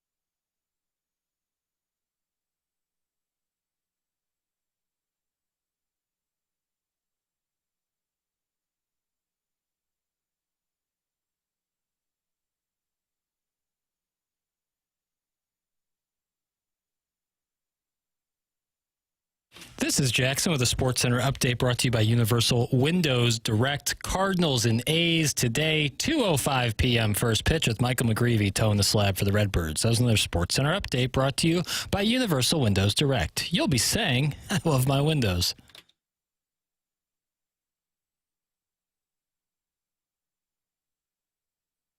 Lifetime Roofing, the sponsor of the Lifetime Roofing Lead here on TMA. And the program started with Cardinal conversation with the loss last night. Lifetime Roofing online at lifetimeroofingstl.com, serving the St. Louis metro area since 2005. That's veteran and locally owned business. Dustin McClendon is the owner. St. Louis metro area only company, not a storm-chasing operation, not out-of-towners, and certainly not corporate. Their focus is the St. Louis area community only, and they're not franchise or PE-owned. They're locally owned, and therefore they are locally accountable to you. So if you are in the roofing market, check out Lifetime Roofing online at lifetimeroofingstl.com or call 314-800-0426. Ask about their literal lifetime warranty on new roofs and James Hardy Siding, Lifetime Roofing, STL.com. Jackson Burkett has the winner of the Design Air Heating and Cooling email today. Oh, this will be fun. Big Tank Del Vecchio. Jerry Big Tank Del Vecchio gets the win. He's a force when he writes in. He's not an everyday type of guy, but when he does, he's a force. Yeah, it's like Rory. When he shows up, you know he's going to be present, but most of the time he doesn't show up. Yeah. And for the record, Rory is not leading the PGA. Well, if you watch the Spread Zone, you're delighted because you got the pick of Aldrich Potgieter on the Spread Zone, Doug, along with Cam Young. And yes, Aldrich Potgieter has completed his round. He's in the clubhouse and tied for the lead. What kind of name is that? Where is he from? South Africa. Bomber, Martin. Big hitter. Martin. Michael. Long. 325 average driving distance to lead the PGA Tour, and he's a young gentleman, too. We're heading down the hallway for our nonsense. BK and Ferrario are coming in for 11 to 2. For Jackson Bennett Burkett, for Chairman Cart, for Martin Kilcoyne, for Michael Wellington, for my brother Kevin, for Douglas Elvin Vaughn, I'm Tim McKernan. This has been The Morning After, presented to you by Brown and Crouppen on 101 ESPN from the Stiefel Studios.